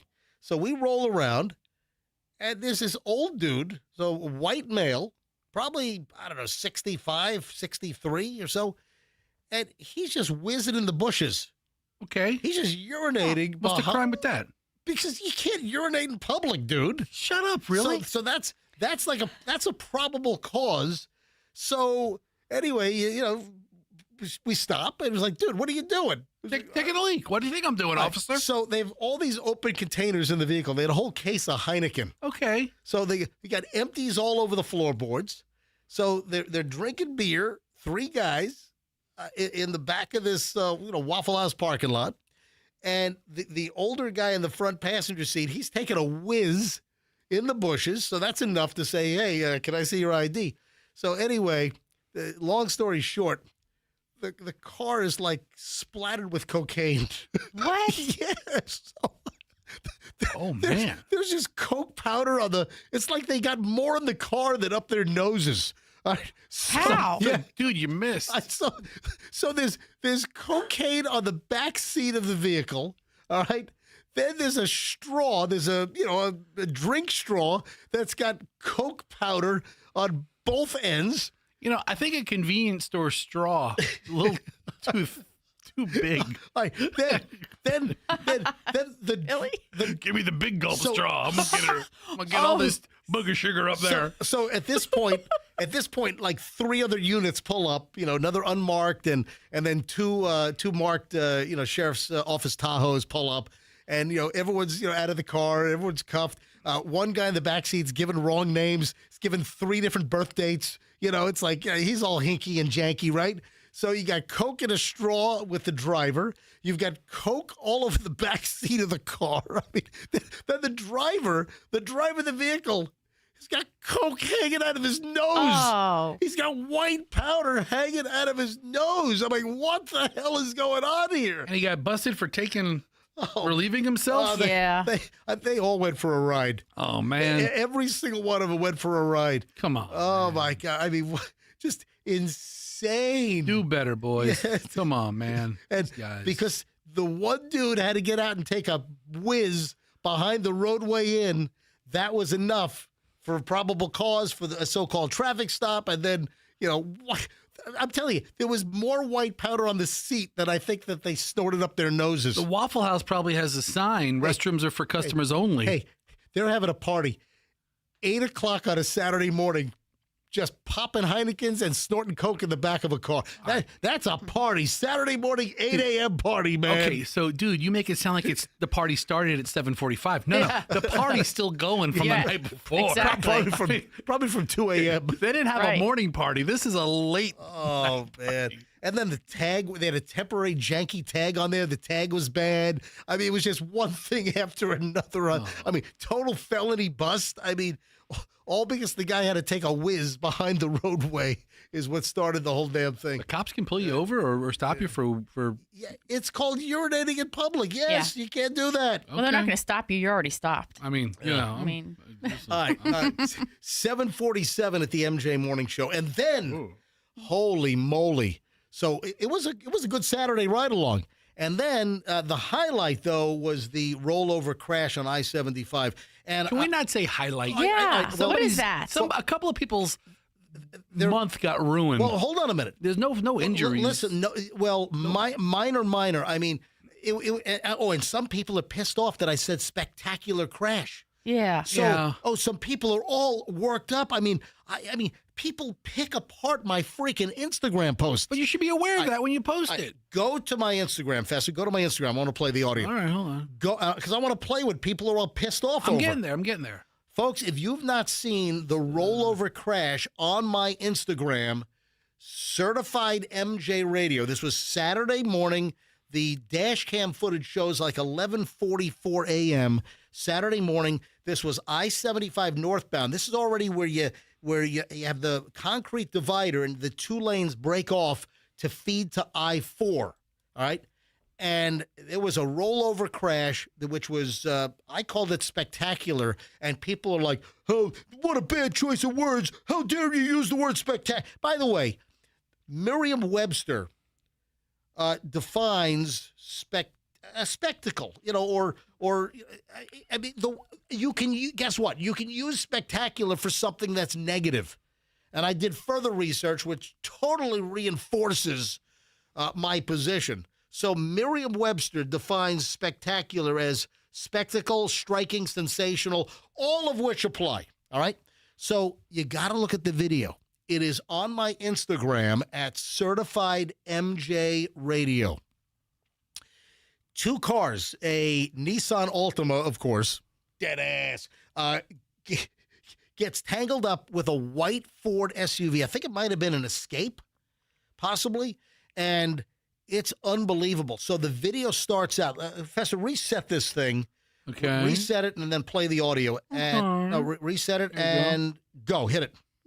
There we go. Wait until the end to see the actual dash cam footage of this Tampa double rollover crash. MJ from the MJ Morning Show on 104.7 FM, Q105 Tampa Bay, on a Hillsborough County Sheriff's Office ride-along. Saturday, February 21st with Sergeant Jeff Catlin. We were first on the scene of this spectacular wreck on I-75 North feeding to I-4. Miraculously, the injuries were all minor. Thanks to Martine for the dash cam video that shows exactly how life can change in an instant. You see the actual crash. So I'll tell you about Martine in just a second here. So we get to the crash. We have to weave through traffic, lights and siren, and you got to do the shoulder. Cars have to move over. It's all clogged up. Traffic's backed up for a mile at this point. and you have this Nissan Altima and this SUV, and they tangled and they both rolled. The Nissan Altima rolled completely, did a whole 360, rolled over and landed right side up, windshield smashed, hood bashed in, all kinds of damage. The white SUV on its side, male driver in the Altima, female driver in the white SUV, and both were like totally shaken. But both had like minor injuries. I saw a woman's little bit of blood on like her pinky finger, and then her wrist appeared to be, hurting her. But relatively speaking, minor injuries. Looking at this video on my Instagram, Certified MJ Radio, for anyone to walk away with minor injuries, somebody was watching over both these people on Saturday morning at 11:44. It's spectacular. We stop. It's the wrong word. It's the wrong word. It is not the wrong word. I'd like to point out this stupendous accident. Wait until the end of my video. At the end of the video, there's actual dash cam footage, and it's spectacular. We stop it. I got enough people yelling it's at the MJ Morning Show crash compilation spectacular. I have enough people that are like chastising me in the comments section. You could have said crazy accident. You could have said bad accident. Spectacular. Let me make my case. Stop. I mean, I picture you saying it with jazz hands. Spectacular. Do it. Spectacular. Yes, that's how it was. Stop. Right. So we weave through traffic. We get on the scene. We're the first ones there, and Sergeant Catlin immediately, is asking the right questions. Is everyone out of the vehicles, checking the vehicles, making sure everyone's out? All the parties were on the side of the road. It's totally clogged. People are standing in the middle of I-75 on that feeder off to I-4. Everything's all jammed up, completely, total standstill. The cars are on their side. And then there's a guy that's right behind the wreck, and he couldn't get by. The wreck happened right in front of him, and he's holding his black dash cam. Totally proud. I got it on dash cam. Yeah, I got it on dash. So I'm like, dude, I'm MJ from the MJ Morning Show. He's like, are you a crash investigator? No, I'm a radio DJ. He said, I'll email it to you. So he emails me the footage. He really did. He said, we're on the person of his word. We're on the freaking interstate. Yeah, I'll send you an email. I'll send you the footage. And sure enough, like 2 hours later, I get the email, and he sent me the dash cam footage where you see the actual crash occur right in front of him. So that's at the end of my video, the aftermath first, and then the actual crash from dash cam. It's on my Instagram right now, Certified MJ Radio. That's Certified MJ Radio. If you don't follow me for crap like this, man. I'm telling you. Yeah, and the misappropriation of the word spectacular. Listen, I need you guys busting my chops on this too. Spectacular. Stop it. There's nothing wrong with the word spectacular. Look at the crash. It is a spectacular crash. Oh. It is. So I got my wife and Fester against me, as well as some listeners in the comment thread. The room disagrees. It's okay. Right. Well, apparently a few Instagram followers disagree as well. I'm standing by my word. I'm standing by. It's a spectacular crash. See the video on my Instagram, Certified MJ Radio.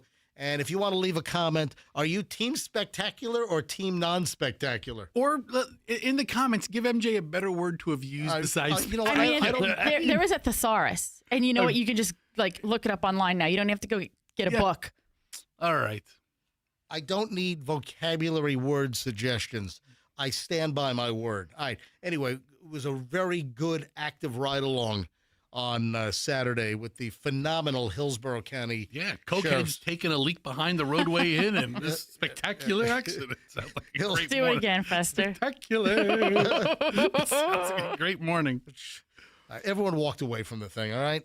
They're going to have to get new cars, though. They are. All right. May I recommend Veterans Ford? I mean, that Ford can easily be replaced at Veterans Ford. Or Genesis of Tampa. Right. Or Miracle Toyota in Haines City. Those are our automotive clients in my live repertoire here on the MJ Morning Show. Did you ask anybody at the accident scene if they had dirty carpets? Because you could have, said, hey, when you get home. All right, that's enough. Call Zero Rest. That's enough. All right, I got a lot to do here. 7:55 at the MJ Morning Show. Remind me, I got to tell the mattress shopping story. Okay. But I want to do a couple other things first. So, apparently, a 10-year friendship has been ended because the friend of 10 years thought they were in a better friendship position. They were not invited to the friend's wedding. So that's it. They're cutting ties. Can I tell you right now that if we're friends and you don't invite me to the wedding, I'm thrilled. Thank you. If we're friends and you don't invite me to your kid's bar mitzvah, I'm thrilled. Hey, You'll send a gift. Listen, we've got really, really good friends. We skipped their kid's bar mitzvah. Yeah.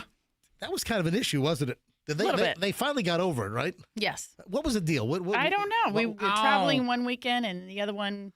Oh, the MJ family's traveling. They're too good to come back for Bubby's bum. I think that's what happens when you make it on a holiday weekend. Listen, I don't like. Whoa. Oh, that's right. It was a holiday weekend, right? One of them. Yeah. Mhm. Listen, I don't want to go to It's a wedding. a Christian holiday weekend. Listen. Their calendar should be clear. I think it was Preston. Are you guys going to do your own show over there? Yes.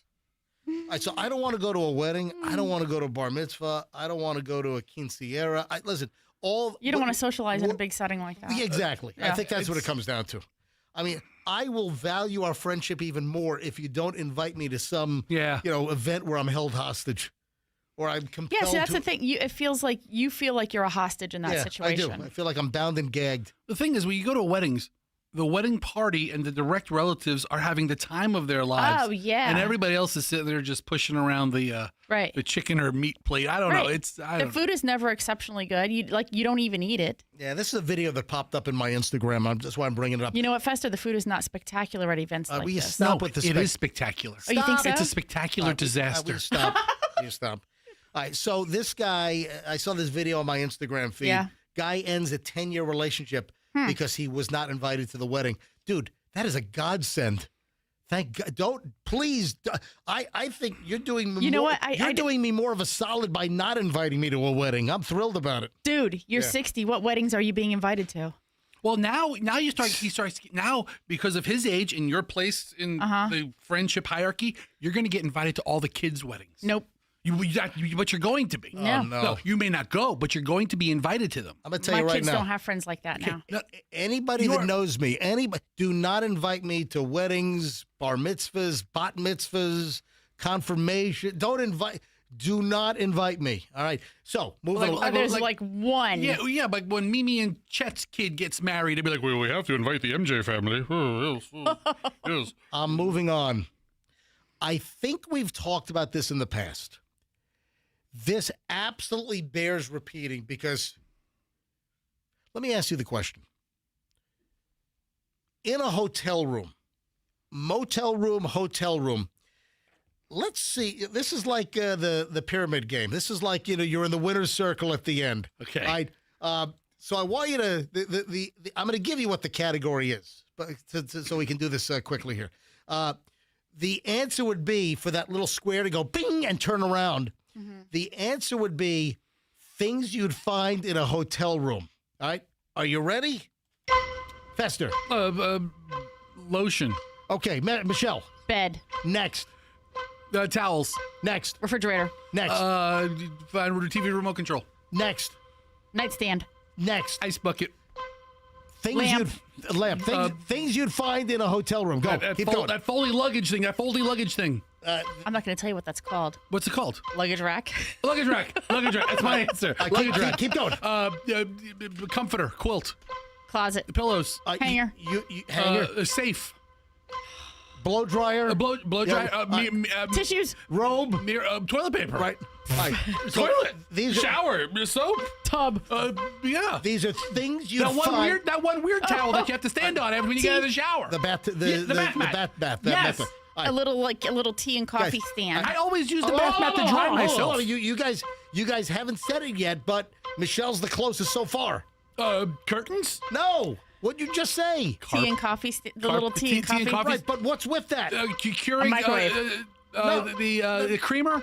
No, Michelle. Packet of sugar. No, the coffee maker. Yes. All right. Yes. That's kind of unfair because I don't think that there's a coffee maker in every hotel room. A lot of hotel rooms and motel rooms have the coffee maker. Pretty standard. All right, Really? I mean, if you pay more than $50 a night. I want to Better say than the Roadway Inn? I want to say that we've talked about this years ago. Yeah. Why should you not use the coffee maker in your hotel, motel, holiday inn? Why should you not use the coffee maker? I mean, you can't vouch for the cleanliness That is correct. of the room coffee maker. That is correct. I mean, if you go downstairs and they have like public coffee, I can kind of vouch for the cleanliness of it because they're going through a lot of coffee. So You know? this is going to gross some people out. So if you've ever made a cup of coffee in the hotel or motel coffee maker in your room, In the room. what might that coffee maker have been used for? And I'm telling you, we talked about this years ago. This might have been the original MJ Morning Show years ago on the other station. A video has come back around on social media. Is it the one What do you think it is? where the person uses like the hot water bucket to like clean their underwear? Yes. Oh, yeah. Yes. Or the carafe. Remember is we- it called the carafe? Yeah, this is not new. Yeah. We talked about this years. I mean, this is a long, long time ago. But a new video has surfaced that's making its way around TikTok and Instagram. You put your underwear in the pot, or you put it in the top or the pot? What? A viral video from health influencer Tara Woodcocks has caused people to go, ugh. She admitted to washing dirty underwear inside the hotel room coffee makers because you heat the water up, you've got hot water. She cleans her panties sometimes in the hotel coffee makers. And then you just hang it up in the bathroom, let it air dry, or if you want to expedite, you can use the blow dryer. So this video is making its way around, and she describes the act as a brilliant travel hack. She allegedly learned from a flight attendant. Oh, man. That tons of people already know this. Yeah, the clip, some people say, oh, the clip appears to be satire. No. People have done this.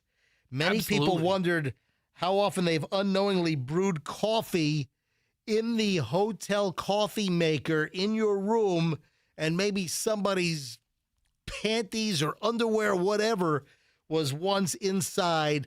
They're not. How often do you think they sanitize, sterilize? Never. Probably never. Never. God, I'm trying to remember. There were a couple of items. We had another story a long time ago about like things that are never cleaned.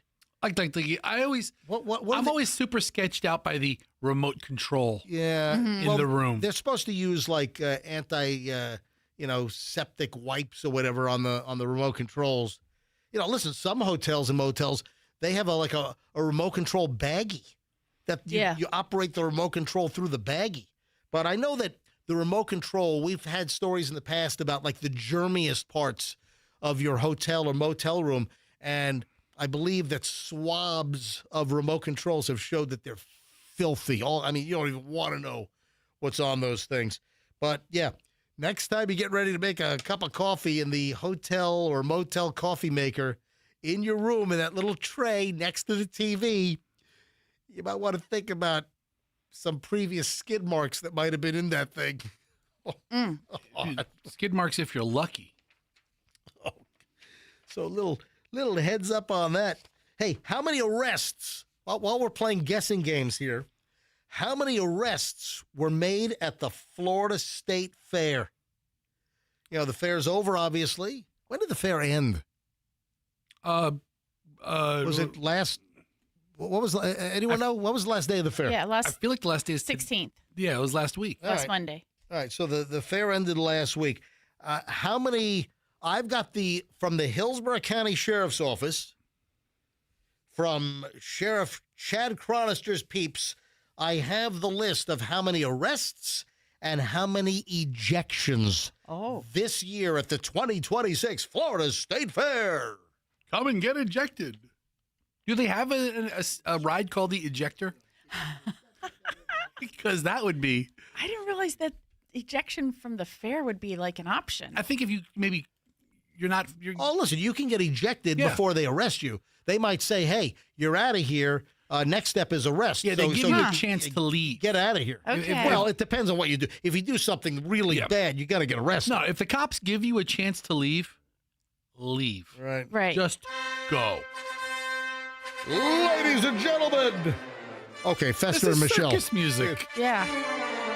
Do me a favor. Please get into the State Fair circus spirit mode. How many arrests at this year's Hillsborough County State Fair? You know, the sheriff's office has such an impressive presence at the state fair. Yeah, they have absolutely. like that command center semi-truck, disaster relief thing parked right in the middle. Well, that's because the Hillsborough County Sheriff's Office is one of the best sheriff's offices in the entire country. Mm-hmm. All right, so how many arrests? I bet you not a lot. I bet you What do you think? I'll say like one a day, like 15. What? Oh. Like 15. Right off the bat. Really? You're over. Really? Mountain climber game bus. I thought 15 was super low. I thought this was gonna go. I thought this was gonna I go did for a too. little bit. I thought the answer really was like 50 people got arrested. I was going to say 120. Yeah. I mean, 112. No. 10 a day. Hold on, you were gonna guess 120 people arrested? What the hell are they doing at the? You made it sound like this was a thing. Like it just happens all the time. All right, according to the Hillsborough County Sheriff's Office, there were 54 total ejections and only 10 arrests. I said 15. I wasn't crazy ridiculous. But you far were off. over. And you were thinking about 50 for originally, but Hey, Price you is backed it right. down. Price is right rules. You're over, dude. Okay, I know you play the Price is Right game. I deliberately shot low, so I Yeah. said 15, thinking it was 50, and turned out it was 10. 10? What were the Wow. what were the charges? Did they say like it was like public drunkenness or fighting or stealing like those terrible plushies that you win if you spray the clown's mouth with the hose gun? I'm probably not describing that game right. I don't think so. Of the 10 arrests, 7 of the individuals were juvies and 3 were adults. So statement says, with more than 350,000 people in attendance, we saw families, students, and visitors come together to enjoy a great Florida tradition. I've been in the Tampa Bay area for 32 years, and I've never been to the State Fair. I never have. Dude, that's your fault. I know. I mean, I've listen, never been. I mean, I've been to the Strawberry Festival, Okay. but I've never been to the State Fair.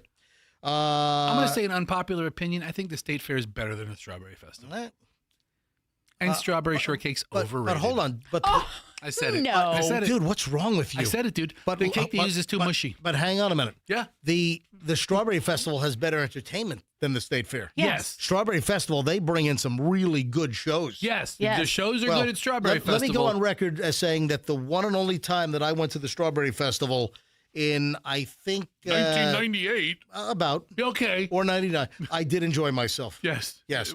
All right. When issues arose, they were addressed quickly and appropriately. Our goal is always to ensure events like this remain safe, welcoming, and a family-friendly environment. I want to thank the Florida State Fair. Anyway, this was a statement from Sheriff Chronister. Anybody But- get violated with a corn dog? Oh, geez, stop. What's wrong? What's wrong with you? Those sticks they put corn dogs on, those are weapons, dude. Hey, so you're a sales guy. Sure. I mean, I guess I'm a sales guy too. I mean, Yeah. Yeah. I think I might be the top salesperson also on Q105. They're going to give you the parking spot up front. What do you want, that employee of the month again? What's I think I might be top salesperson with all of the endorsement clients I brought into the building. Those are all built on personal relationships, by the way. All right, so Fester, you're a sales guy. Sure. Oh, how many RVs did you sell over the weekend? I don't know, 6, 7, 8, 900, none. So one All right. of those numbers. Well, I'm heading down a pathway here because friends of ours went mattress shopping. So we had to hear the whole story on Saturday. So they went They rolled over to our house. They rolled over to our house at 5:00 on Saturday. They were actually like 15 minutes late because they couldn't get out of the mattress store apparently. So they went mattress shopping before they came to our place. So we had a plan. We're going to go. We went to the Monte wood-fired pizza. Man, I'll tell you, Pinellas is the pizza county, man. You know, last, Thursday, we were at the Pizza Box on Central. Phenomenal.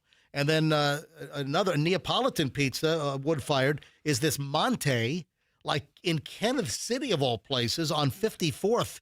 And the pizza's phenomenal there as well. So they're late getting to our house, and they said, yeah, sorry we're late. I had to go mattress shopping. We got detained at the mattress store. Got detained. So essentially, the mattress salesman essentially said if they didn't buy a mattress, that he would get dinged and his job could be in jeopardy. That's probably true. So you get like emotionally suckered into buying a mattress because the sales guys try to make you feel bad for them, that if they don't make the sale, that they might be on the way out. But wait a minute, it gets better. There's emotion. This is hysterical. This is the funniest thing I've ever heard in my life. So our friends are in the mattress store. Did they buy one? Not yet. They're still debating on where. There's a whole thing. They're looking for mattresses that don't off gas. Hang on. Just hold on. Just remind me off gas. All right. There's a whole. Even Andrew's going, huh? Like he's doing my mattress. He's doing Scooby-Doo, huh? A little head tilt. All right, so a couple of stories from then. Who would have thought that mattress shopping would be good content for the show? First of all, the sales guy at the mattress store tells our friends, hey, stop walking by that sensor. Apparently there's a sensor near the front door, and it registers each time somebody comes in. So they correlate the actual traffic of people walking in with sales for the day. With sales for the day. Yeah. Right. So apparently our friends were walking near the sensor, which was only supposed to capture them coming in. But during the course of walking around the store, the salesperson scolded them. Stop walking by the sensor. I'm going to get dinged. Okay, did he say it like a jerk, or did he say it like, hey, guys, hey, do me a this is going to sound crazy, but do me a favor. So apparently the guy said, please don't walk near that sensor. Okay. Because every time you walk near that sensor, it registers another customer, and then they're going to see that I didn't sell that many mattresses, so I'm going to get dinged. Really? It looks like 68 people walked in between 12 and 12:15. Yeah. How come you didn't sell any? That's essentially Yeah. that district manager is going to review the stats. I'm the district manager of... I mean, what the hell is... Okay, I have a question. Yes. Is it a mattress company brand that we would all know just by driving around town? It's a chain that sells all kinds of brands, apparently. Okay. Yeah. Of mattresses. It's a mattress store. Okay, but it only sells mattresses. It's not one, Only sells mattresses. It's not one brand. They sell a bunch of different brands. Oh, and then, wait a minute. I never knew that buying a mattress was such a tedious situation. Then wait a minute. Then apparently they have to convince the guests, the shoppers, to lie down on some test mattress. Oh. Well, you can't lie down on the mattress you're going to get. I think there's some mattress that does, like, it's a sensor. You lie down. I didn't get the whole, but so, I mean, 3 freaking rules. Oh. You know, don't walk by the sensor because I'm going to get dinged. Number 2, if you don't have a certain number of customers lie down on some, like, test mattress, then that's a problem. And then ultimately, our friends felt like they were being guilted into buying a mattress, that if they didn't buy a mattress right then and there, the guy's job could be in jeopardy. I'm like, holy hell. I mean, what's going on here? I just want to take a look. I want to, like, lay down on a couple of mattresses. I want to see what I like. I mean, I don't want to have to feel like, you know, if I don't buy a mattress, the guy's going to be fired and his family's going to go hungry. So the issue I have with buying mattresses is that you really never know how comfortable they are until you sleep in them. Yeah. I could lay on any mattress for a couple of minutes and say, all right, it feels nice. Yeah. That's why you break into the store. Yeah. In the middle of the night. You break into the store and you get a night's sleep. But even one night's not enough. I had a buddy bought a mattress and said the first 2 or 3 nights it was just like an adjustment period. He didn't have a great night's sleep. Now he loves his mattress. Then, you know, and we talked about it a couple of weeks ago. Allison and I are looking for a new mattress, but our big fear is we won't buy a mattress that's as comfortable as the mattress we have. Yeah. We love our mattress now, and we've had it forever. Just let's and get it's it falling apart. Let's just resell it. So our repair friends, it. so we had a big night planned. Go get some pizza at that Monte in Kansas City. Folks, I'm telling you, unbelievably good, like real Napoli Italian wood-fired Neapolitan pizza. So we had a great plan. Go get pizza. Then we're going to come back to my place. We're going to watch Train Dreams, Academy Award nominated Train Dreams, which, Michelle, that was phenomenal. That was a fantastic movie. Oh, it's on Netflix. Yeah. Yeah, Train Dreams is on Netflix right now. It's Academy Award nominated. Open a bottle of wine, maybe cook up some old fashions. So our friends get to our place at 5:15 instead of 5. They're exhausted. They've been worn out. It's like, you guys want to just go home? I mean, worn out from the mattress store. Like, holy crap. All right, 8:16 at the MJ Morning Show. Remind me, if we have time, I got to talk about my weird dream last night. How was the mattress? And Michelle, can you write down weird dream? Oh, I wrote something about gas. What was the the off-gassing. Yeah. One of the dude, you're supposed to remind me. The minute I said, hey, let's move on, you're supposed to say. I didn't know you were wrapping up your story. Yeah, I am. And then you reminded Michelle. I figured I'd remind you. I don't have to remind you. So with the manufacturing process of mattresses and the material used, there is, a chemical off-gassing, like memory foam, I believe, off-gasses. Oh. Where you've got, whether it's formaldehyde or whatever the chemicals that make up the materials, I guess there's a whole, website or there's research that shows, which mattresses have, the most off-gassing. And I think the foam rubbery, the memory foam type stuff, I think those probably off-gas the most. And then our friend, the wife, she apparently had the whole list of the mattress that off-gasses the least or none versus, mattresses that essentially you might as well just be in Bhopal in India sometime back in the 80s. Yeah. Like at a Union Carbide plant. Look that up. That was a terrible tragedy. According to AI. Yes. You're doing Fester's looking up mattress off-gas. Go ahead and read this. I said formaldehyde and foam mattresses. Yeah. And it says, yes, some foam mattresses, particularly lower quality or conventional polyurethane memory foam, can contain off-gas levels of formaldehyde. All right, take formaldehyde out. Just do mattress off-gassing. Tell you what. Off-gassing. Fester on his mattress at night, that's got to be an off-gassing experience all night long. Much different than what you're talking about, though. Fester's off-gas. Doesn't matter how old the mattress is. Right. Fester's off-gassing all night long. All night. I wake myself up. All night long. All night. Have you ever tooted? All night long. Have you ever tooted in bed and woke yourself up? No. I do it all the time. No, I don't need to hear anymore. What was that? It was me. All right, let's wrap this up. The dog What do you is think? crying. What do you think it was? You heard a noise. You thought it was an intruder. It was you blasting one out. All right, off-gas. Oh my God, honey! I think there's an intruder. Oh no, that's just you farting. All right, go ahead. Off-gassing in a foam mattress is the release of volatile organic compounds, or VOCs. VOCs, yeah. Yeah, such as formaldehyde, benzene, and the other one, toluene. From synthetic materials like polyurethane, foam, blah, blah, blah. Yeah, adhesives, flame retardants, yeah. Yeah, but... Can you say flame retardants anymore? No, Is that politically incorrect? You can't say that anymore. anymore. Say flame retardant? No, they get all pissed off. How about dough retarder? Yeah. Can you say that anymore? Other radio guys come in and start fights with you. All right. We don't need that. So I'm moving on now. We don't need that aggravation. So off-gassing's the thing. Our lives are complicated enough. Hey, you want to hear a ballsy move? Judge scolded Mark Zuckerberg's team for wearing meta glasses inside the courtroom for that social media trial out in... What are they thinking? I don't know. What's the issue? What are they thinking? What's the issue? You can't go to a courtroom Are you kidding me? If it's your glasses, if it's your prescription glasses, and you're supporting your product, I mean... A California judge admonished members of Mark Zuckerberg's team for wearing Ray-Ban Meta AI glasses, which are equipped with cameras and microphones, as they entered a Los Angeles courtroom last week for the landmark trial on the impact of social media on children.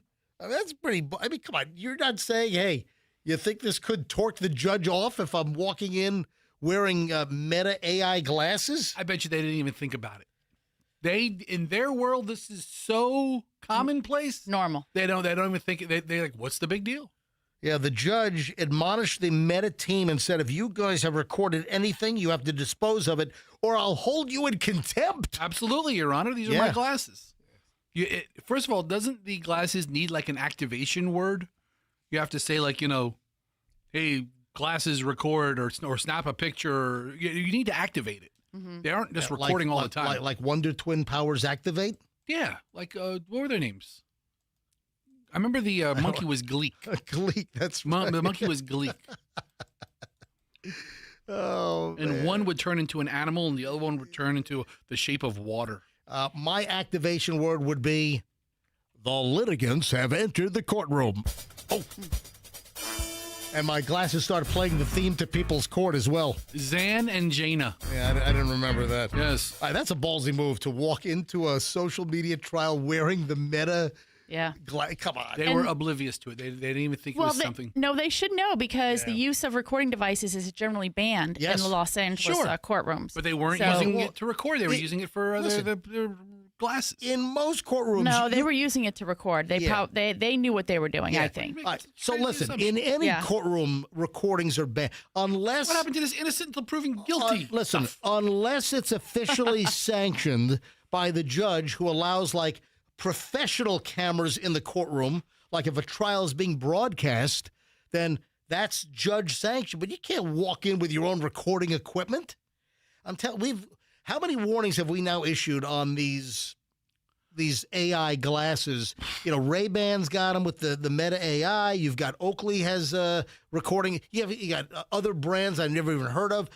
You have no idea, folks. It's not just what we've seen where everyone has their cell phone and anything happens, you see people holding up their cell phones recording. No, now it's surreptitious.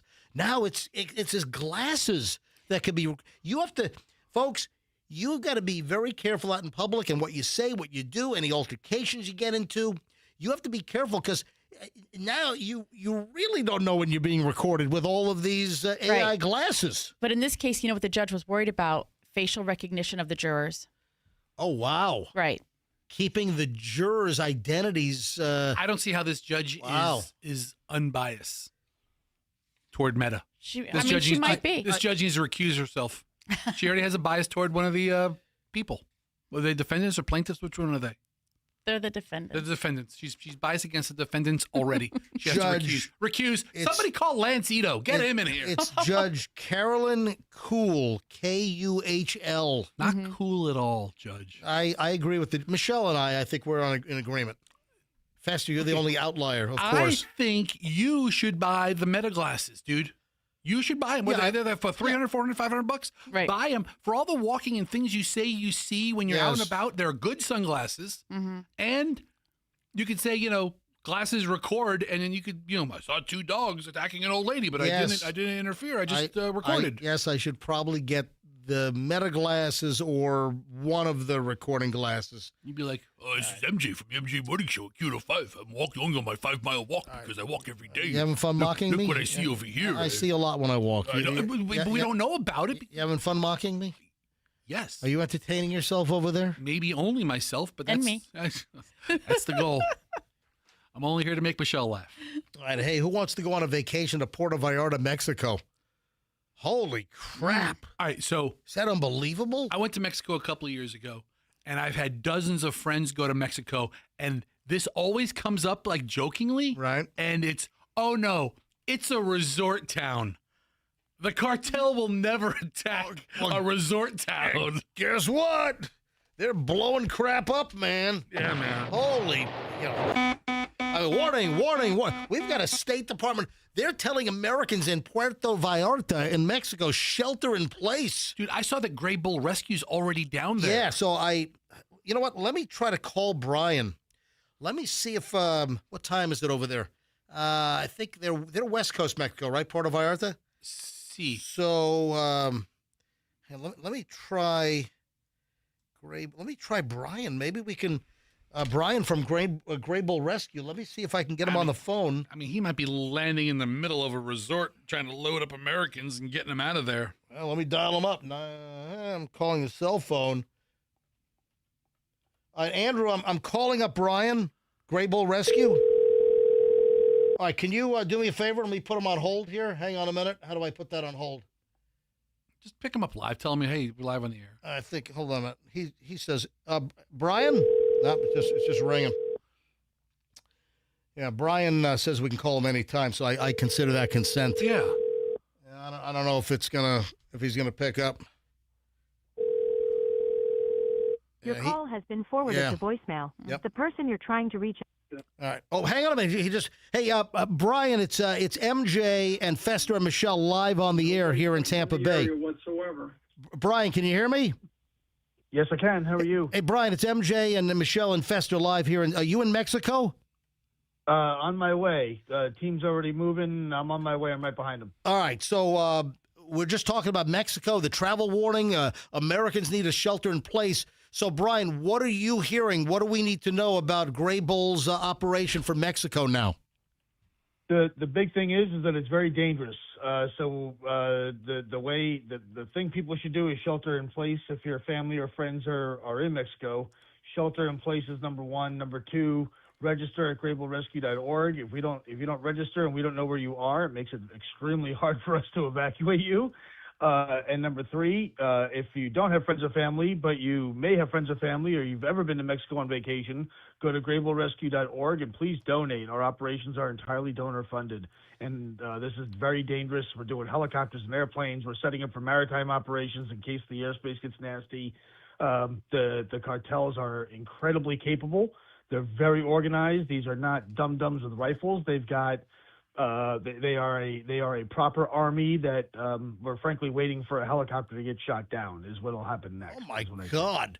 All right. So anyone listening that has friends or family stuck in Mexico, and essentially it's in Puerto Vallarta area. Listen, it's a big touristy spot.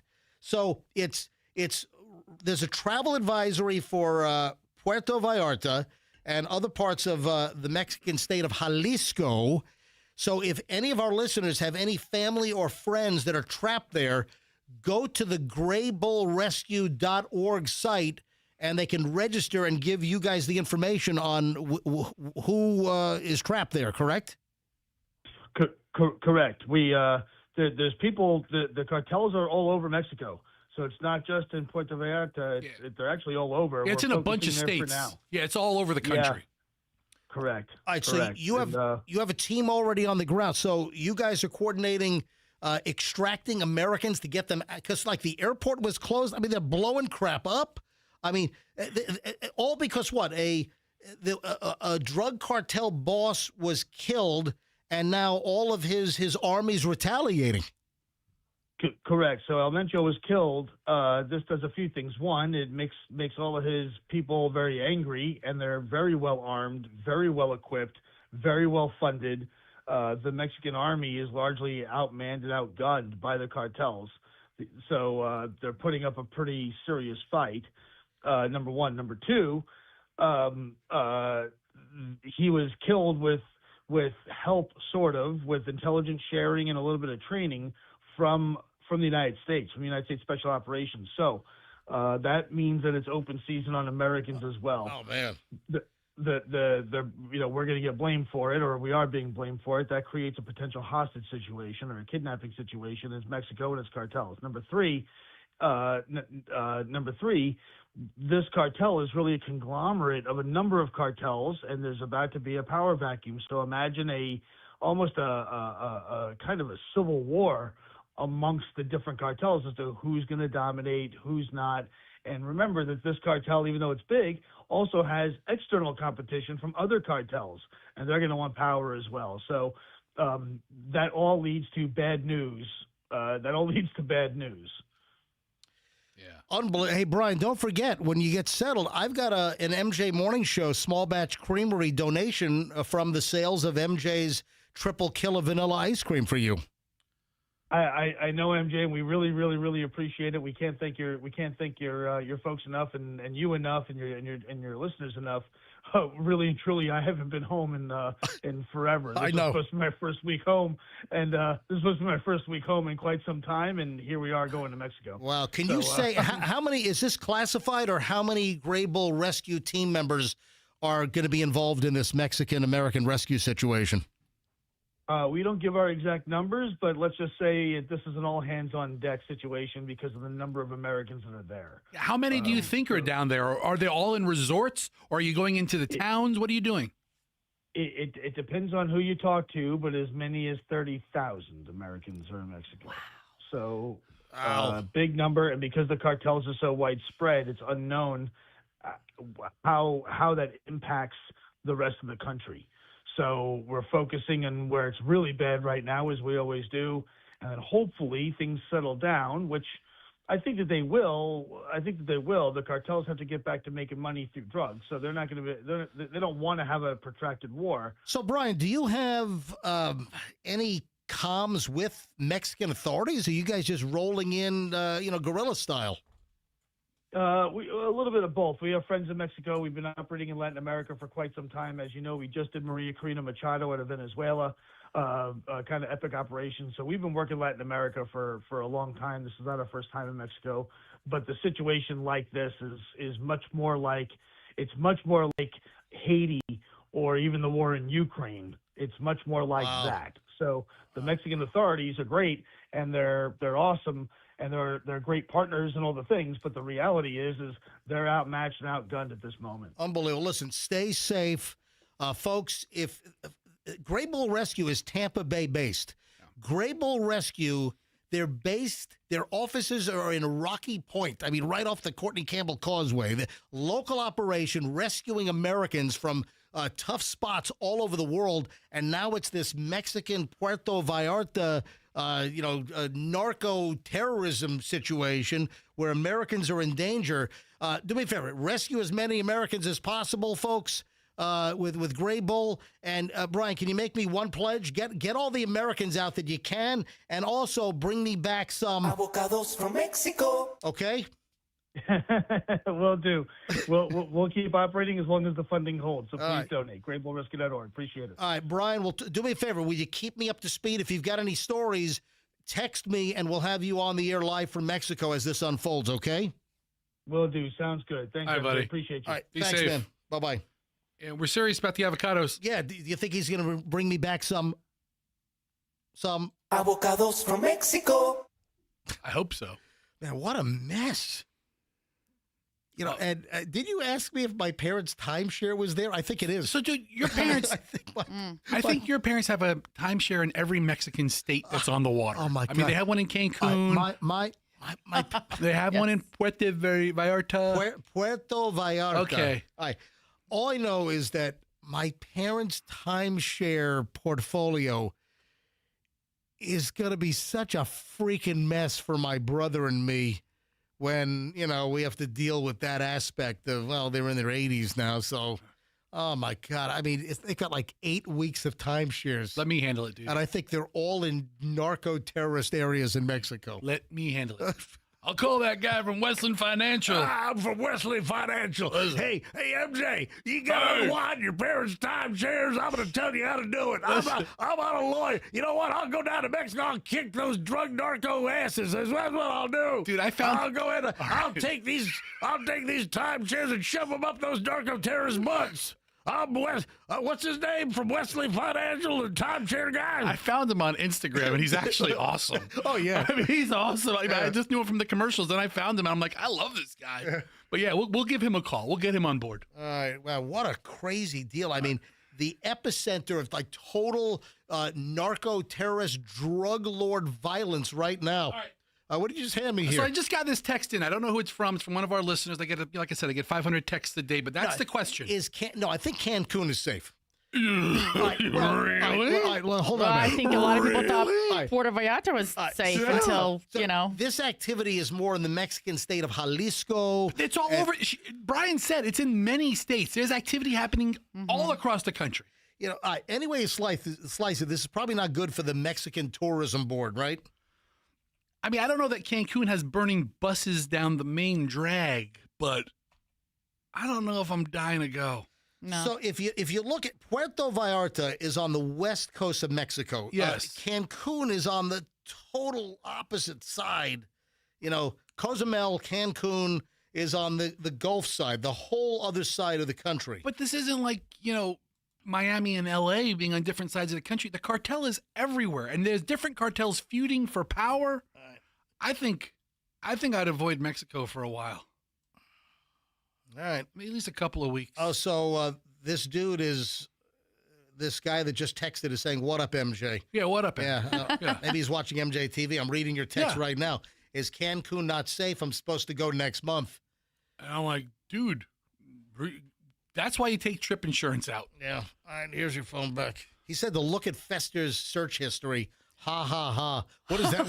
What does that mean? The guy just texted this while I'm holding Fester's phone. What are you doing over there? Hey, MJ, what up? Look at Fester's search history. Yeah. Ha, ha, ha. Listen, unless you want twerking videos and day trading videos, that's about it.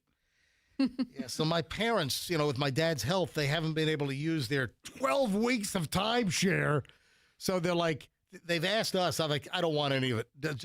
So they're giving it to like my cousins now. Do they have any like in safe countries? I think I've got cousins trapped in Jalisco right now or something. Because of your parents. Because of my parents. I'm serious. We took Uncle Larry's timeshare and we're hostage here. We're hunkering in place. I'm going to have Grable rescue my cousins using my parents' ridiculous amount of timeshare in Mexico. Oh, my God. Why couldn't your parents be like Disney Club, Vacation Club members? Right? Andrew and I could use that. All right, let's bring it closer to home. Let's bring it on back home here. Did you see the maniac that shot the AT&T door solicitor? Oh, no. Oh, this is nuts. I mean, luckily the person survived, but I mean, like gunshot wounds to the leg. I mean, this is absolute. Are you not aware of the story? Did it happen like on Friday? This happened last week. Yes, Wednesday it happened. Okay. From Channel 8, a Tampa man is facing an attempted murder charge after shooting an AT&T solicitor going door to door at least 3 times. Hillsborough County Sheriff's Office in a statement said Reginald McGee, 38, was at his home in the Providence townhomes just before 8 p.m. on Wednesday, February 18th, when someone knocks on the door. A woman doing door-to-door sales with AT&T was canvassing the area, and court documents said McGee became aggressive with her before closing the door and going back inside. The woman then called her manager to tell him what happened, at which point he and another employee arrived at the townhome and met with her. McGee comes out of his house to confront them, saying he needed to protect his property and make sure the 3 of them were actually with AT&T.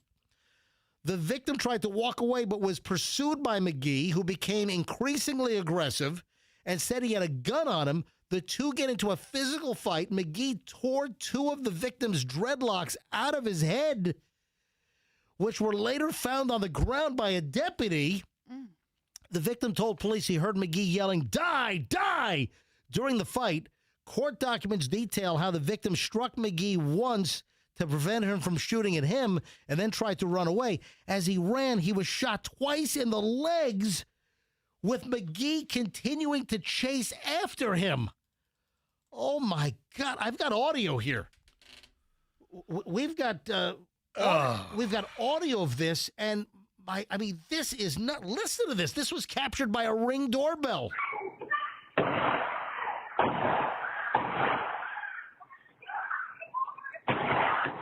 My God.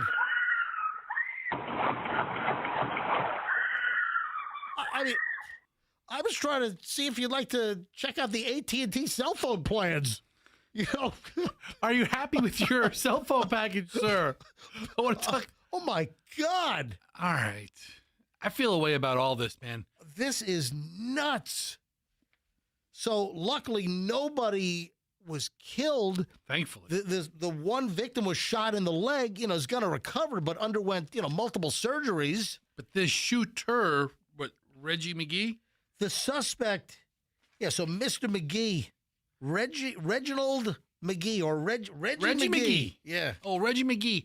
he goes to jail for 20 years? Dude, this guy, yes. I mean, at least. Good.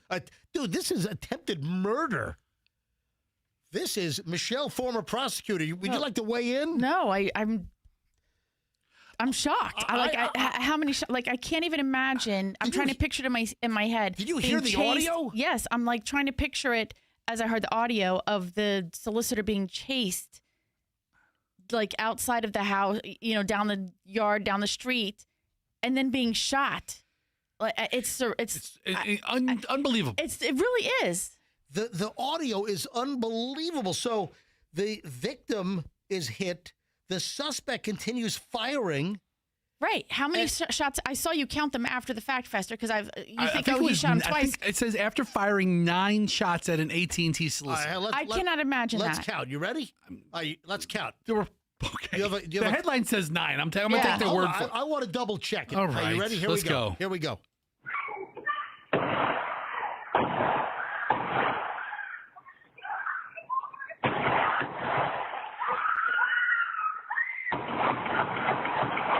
Dude, that is more than 9. I feel like it's only 12. It's 11 or 12 Yeah. shots. Okay, and you're chastising me for wanting to I'm count. telling you when the story's it's more than 9. Well, It's more than 9. You're MJ the investigator over here.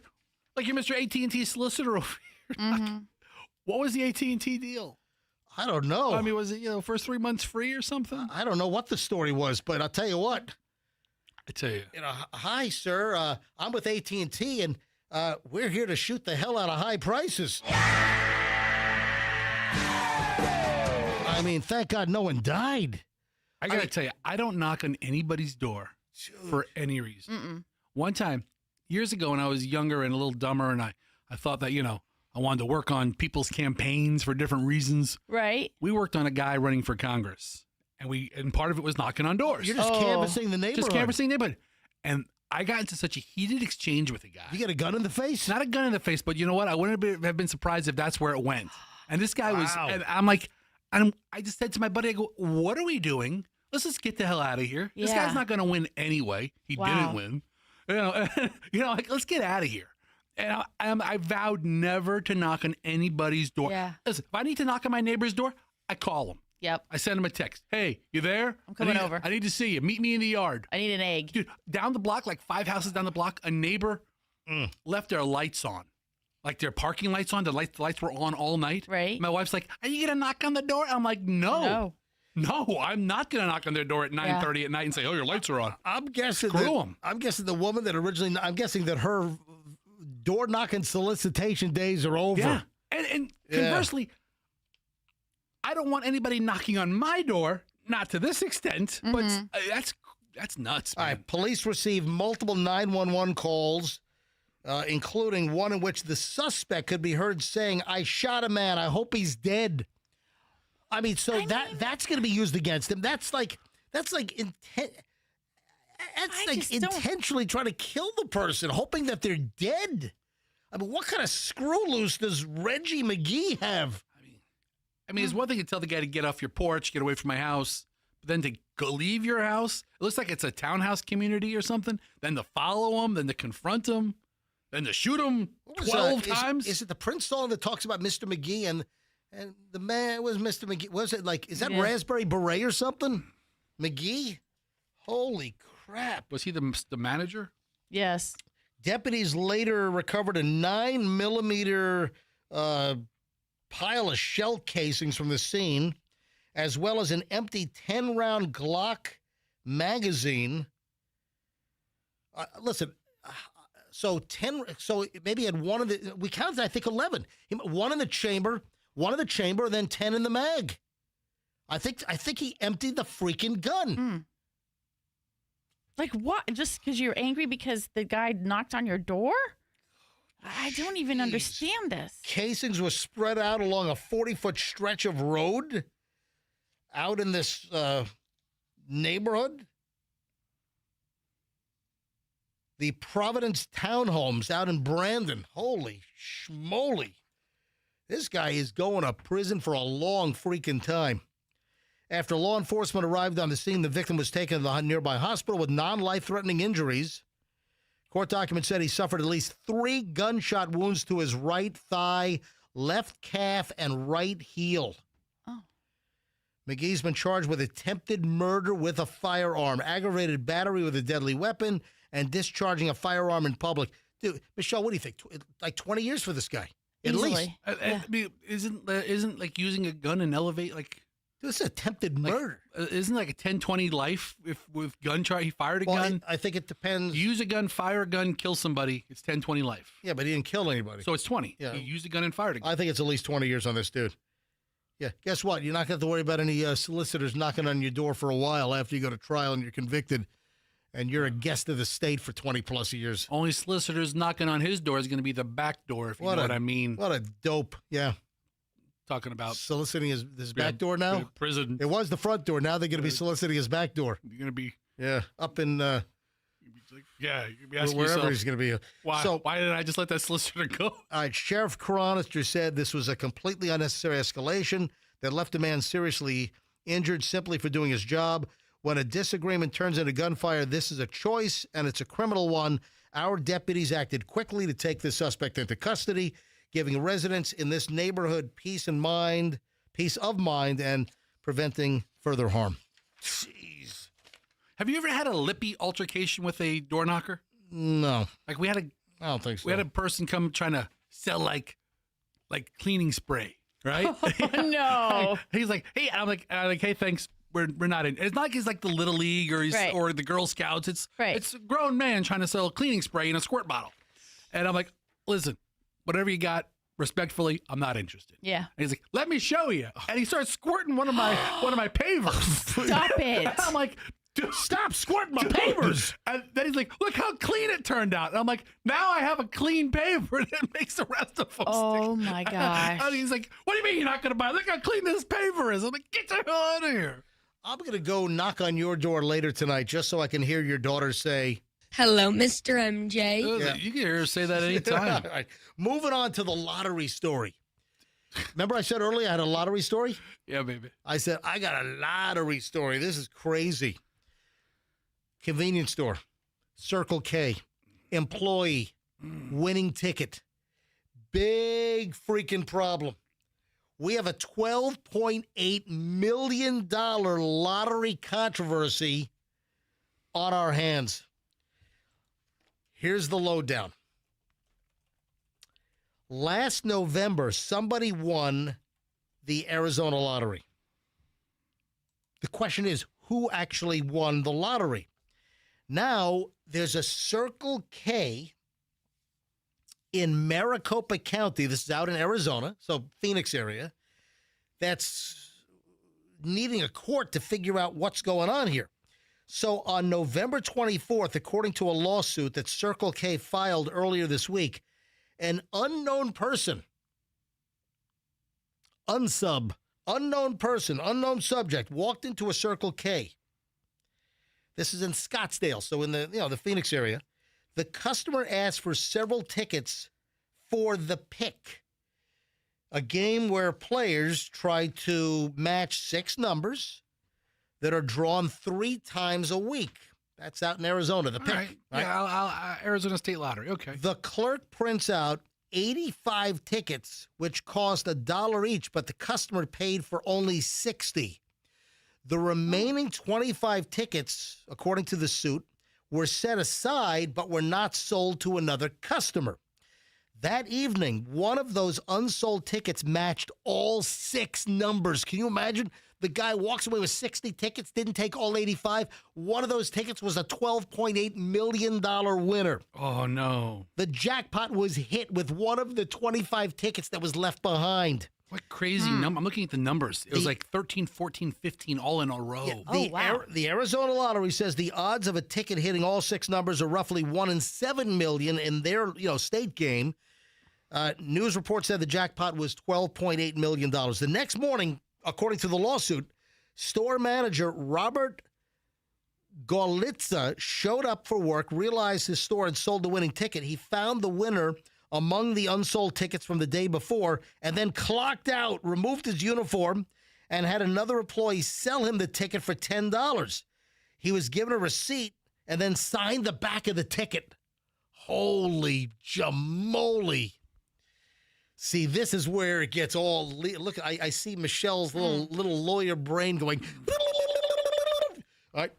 So it's being described as a very, very calculated, schemy, crafty move, but Golitza may never see a dime of that money. The same day Circle K corporate took possession of the ticket and has had it ever since. Now the company wants a judge to decide once and for all who owns the ticket.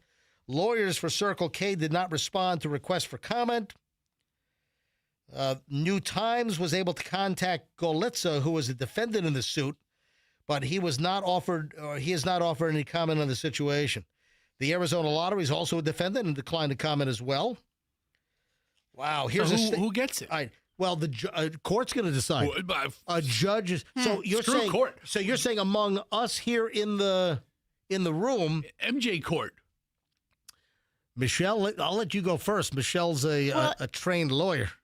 I'm trying to think about the ownership of the ticket at the moment in time that it was a winning ticket, and it hadn't been purchased by anybody. It was like an overprint because they printed the tickets. So technically, that money should have gone back into the pool, because if the person was unable to buy the ticket and lawfully hold the ticket. But how about the Circle K employee did then lawfully buy the ticket? After the fact. After he knew it was a winner. Right. Yeah. There's got to be a rule somewhere that says the ticket has to have been paid for and purchased legitimately or voided. Don't they void? Right. Can nobody get the money? Overprints? I think nobody should get the money. I think the money should have gone into the next, rolled over into the next drawing. There was no legitimate sale. There was no rightful owner. Right. At the time. Because think about it. He paid $10, so there was 25 leftover tickets. Mm-hmm. He only bought the winning sheet. Right. There was 10 to a sheet because there was 25, so 10, 10, 5. He only bought the winning sheet. Right. He maliciously did it. Yeah. And the biggest problem is too many people knew about it. Here's a statement from the other guy. Yeah. Here's a statement from the Arizona Lottery. The Arizona Lottery is aware of the legal matter concerning the winning jackpot of $12.8 million from the November 24th, 2025 drawing of the pick. Arizona Lottery spokesman Ciendy Carter said in an email, "This is a unique situation, and we're not aware of any prior litigation of this sort involving the Arizona Lottery. Sorting out who owns what may be difficult." Greg Edgar, who was the executive director of the Arizona Lottery from 2016 to 2023, says the situation's fairly unprecedented. I have not ever encountered something like. So you know what? Because a lot of times, think about it. It's not who bought the ticket that owns the ticket. Possession. If I buy a ticket and I gift it to Fester or to you or to Andrew, then you guys are holding the ticket. If you gave the winning ticket to Andrew, you and I wouldn't be friends anymore. Stop. I'm just saying, I love you, Andrew. Now, this has triggered some memories of. I know that we've had stories in the past of a ticket was purchased by somebody and they said, I only want 5 instead of 10. I know that there have been tickets that have been printed and the original person that they were printed for did not take them. I know there have been customers then like in line, I'll buy that one. Yes. I know that's happened and that's legit. So the customer buys an overprint, or a customer, didn't have money. They left the tickets and then someone says, okay, I'll buy those. Then that's legit. And I know that there have been, I think there's at least like one story I can remember where that occurred, where someone bought a ticket that somebody else. You have to buy those, though. I mean, that's the crazy story that wins. You have to buy that one. Right. Yeah, but I can't wait to see the results of this case. Why wouldn't they have sold the tickets to the next person in line? That way. Yeah. Instead of letting $25 worth of tickets Who knows? go unaccounted for. All right, 8:53 at the MJ Morning Show. This brings to a close over an hour and 20 minutes of nonstop MJ. You heard about the whole government shutdown deal and TSA PreCheck. Yeah, they reversed that quickly. So, you don't want a lot of pissy voters out there as we're heading into what could be a tough midterm. If you don't know what's going on with the TSA, they shut it down. Then they opened up the PreCheck again. This is just a giant mess. All right, monogamy. We got to talk about monogamy coming up here on the MJ Morning. We got a lot of stuff. I can't believe it's already almost 9 o'clock. 8:54 now. We start the 9 o'clock hour next here on the MJ Morning Show on 104.7 FM. Now, I wish that Banco was on the other side of the state, but they're not. So speaking of my parents and all their freaking, 19 weeks of Mexican timeshares, I think there are bullet holes in like 4 of the timeshares right now. All right, so Banco is only in the Tampa Bay area. I wish that Banco was over in Fort Lauderdale because my parents' garage door opener started smoking and it blew up. So my parents, like, they bought this place like 4 years ago, and I guess the garage door opener is like 20-something years old. It blew up. I wish Banco could fix it, but Banco is not in Fort Lauderdale. So, folks, the bottom line here is you can bank on Banco. I would. I even texted them, hey, you know any good garage door companies over in Fort Lauderdale? Folks, here in the Tampa Bay area, the garage door company to use is Banco. You can bank on Banco. Banco's the best. Banco has the best technicians. Mention me, MJ, get 10% off. You got the big Clopay deal going on right now that if you want to upgrade the look of your house, Banco through March 14th, you can get a Clopay Premium Series insulated door, tons of styles, and the windows are free. Yeah, windows are an added bonus if you take advantage now through March 14th. BancoDoors.com for anything garage door related, broken spring, whatever. BancoDoors.com. Tell them that MJ sent you. My friends over at Veterans Ford want you to know that there are some amazing truck deals for February. That's right. It is in effect. It is February truck month right now at Veterans Ford. We're talking Super Duties, F-150s, Rangers, Mavericks. You want to hit them with cash? Fine. You want to do financing? Fine. You want to lease it? Fine. They'll work any deal you want at Veterans Ford. And the deals are amazing because right now you can get 0% interest for 60 months, 0 down, 0 payments for 90 days. These are on 2025 F-150s. Fester just got a 2025 F-150. Unbelievable deal. Fester has no interest financing for 5 years. Get the same deal right now at Veterans Ford on the remaining 2025 F-150s. Trucks under $30,000. They've got something for everybody. The best Ford dealer in town, folks, is Veterans Ford. Go to Veterans Ford, line bar on the Veterans Expressway. Tell them that MJ sent you. Air conditioning. We love it. We hate it. We can't live without it. Hey, tonight you might need heat. Heat. We love it. We hate it. We can't live without it, especially when we got another, 30-degree cold snap coming. If your AC is busted, if your heat is not working, the heat is on. If you call Air Rescue and you need the heat. Listen, bottom line is we live in Florida. It's typically air conditioning issues. And when you have one, you call my friends at Air Rescue. Air Rescue is the new name for Plan B, but Air Rescue is not a new name. They've been around the Tampa Bay area for over 70 years. So Plan B has been folded into Air Rescue. So now for air conditioning and heating, it's Air Rescue. AirRescue.com. Same deal. You mentioned me, MJ, get 10% off your bill. 0% financing on high SEER systems right now if you need a replacement. They're phenomenal, folks. Best technicians, honesty, integrity, quick service. It's airrescue.com for any air conditioning issues. And tell them MJ sent you. Traffic's on 858. MJ Morning Show back in a minute. In Polk County, we have...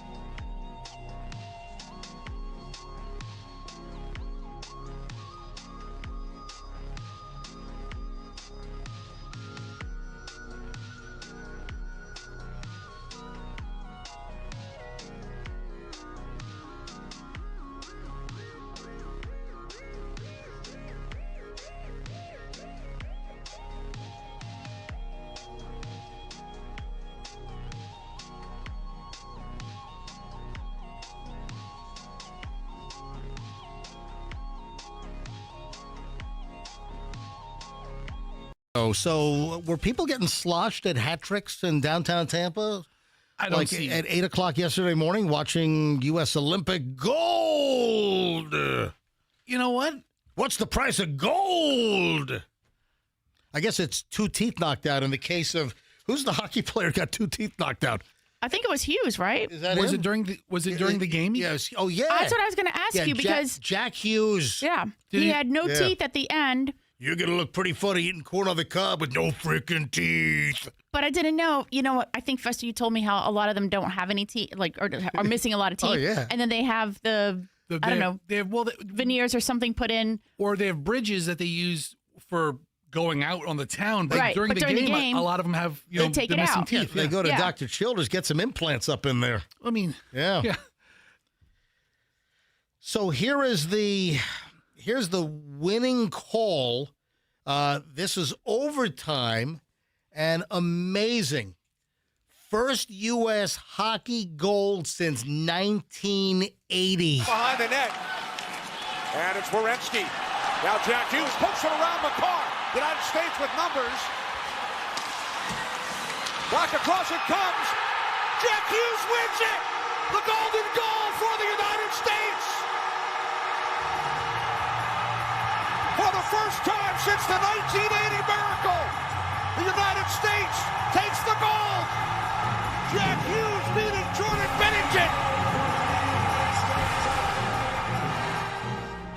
Absolutely incredible. They went nuts at hat tricks in downtown Tampa over this. I think I'm looking up state of Florida beer sale times, and on Sunday you can serve beer from 7 a.m. to midnight. Well, there we No go. way. Oh yeah, they're good to go. yeah, Wow. Yeah. I'm sure there were plenty of beverages to be had. I think I read like in New York State, the governor allowed bars to open up early for the Olympics. Yeah, man. To be able to serve, beer and liquor during the 8-10 a.m. hockey puck drop. You know what? And so the 2 games I've watched this year. Yep. I'm not Mr. Crazy super duper hockey fan, but I watched the USA Canada gold medal round, Yeah. and I watched the Stadium Series Lightning was it Bruins? Lightning Boston Yeah. a couple of weeks ago. Yeah. Oh yeah. Both of them the best games I've ever seen in my whole life. Yeah, the outdoor game Yeah. here in Tampa What, was a month just, ago or so. was unbelievable. Exciting. Yeah. And then yesterday morning's game, I was going to say last night's game, but yesterday morning's game Yeah. was the best game. Yeah, it was a The two games I saw this year, the 2 best games I've ever seen. tremendous game. I'm done with hockey for the rest of my life. you I don't know need to what's- see I it. think was it Fester? Would you say it's a spectacular game yesterday? You guys still busting on my spectacular Instagram post? I got to see the comments to see if anybody gave you better words to use than spectacular. I'm sure. All right, folks, if you don't know the controversy on my Instagram video of the rollover crash on I-75 on Saturday morning, I'll get into that again for the later crowd here. But as far as gold goes, U.S. Olympic gold in hockey beating Canada. Canada clearly was favored. And you know what's weird? What's weird is that our coach for the Tampa Bay Lightning, of course, is John Cooper Mellencamp. And John Cooper is the coach, obviously, for the Canadian team because he's a Canadian dude. Yeah. And it's just weird that, he coaches here in America, but then here we're rooting against him. We're rooting against the Lightning coach and Team Canada because we want USA to win. It's just it's an interesting dynamic, is what I'm saying. Is it a spectacular dynamic? We knock it off with the spectacular stuff. Go to And then- MJ's Instagram, look at this car crash video and his misappropriation of the word spectacular. I'll get to that in a second. Hold on. Speaking of additional bar audio, Matt Boldy. So Matt Boldy on the USA team is I guess he's with the Minnesota Wild. And he scored the goal in the first period. Right. He was the first goal. USA scored first. It was 1-0. Then the Canadians tied it up. And then the whole game went scoreless. Then we had to go to overtime for, sudden death. Whoever scored, boom, you're the winner. You get the gold medal.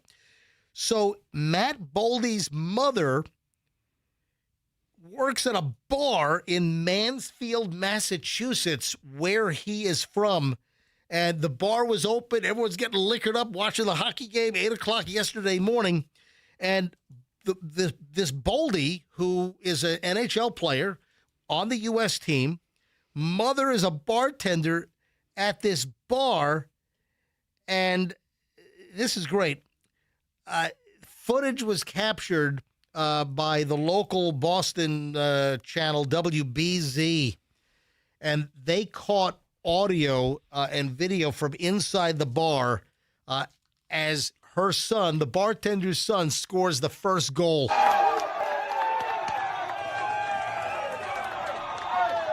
Why did he bring mom to the Olympics? Why did this rich NHL guy fly mom out? Hey, Andrew, how much money is Matt Boldy making? Look up how much money he makes in the NHL.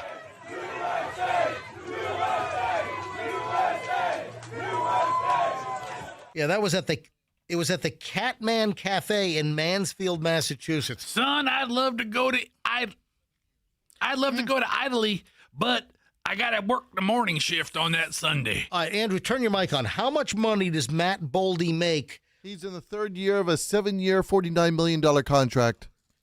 7 years at 40, that's $7 million a year. 7 million times 7 years at $49 million.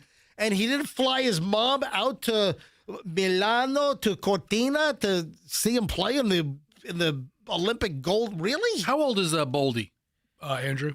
How old do you think?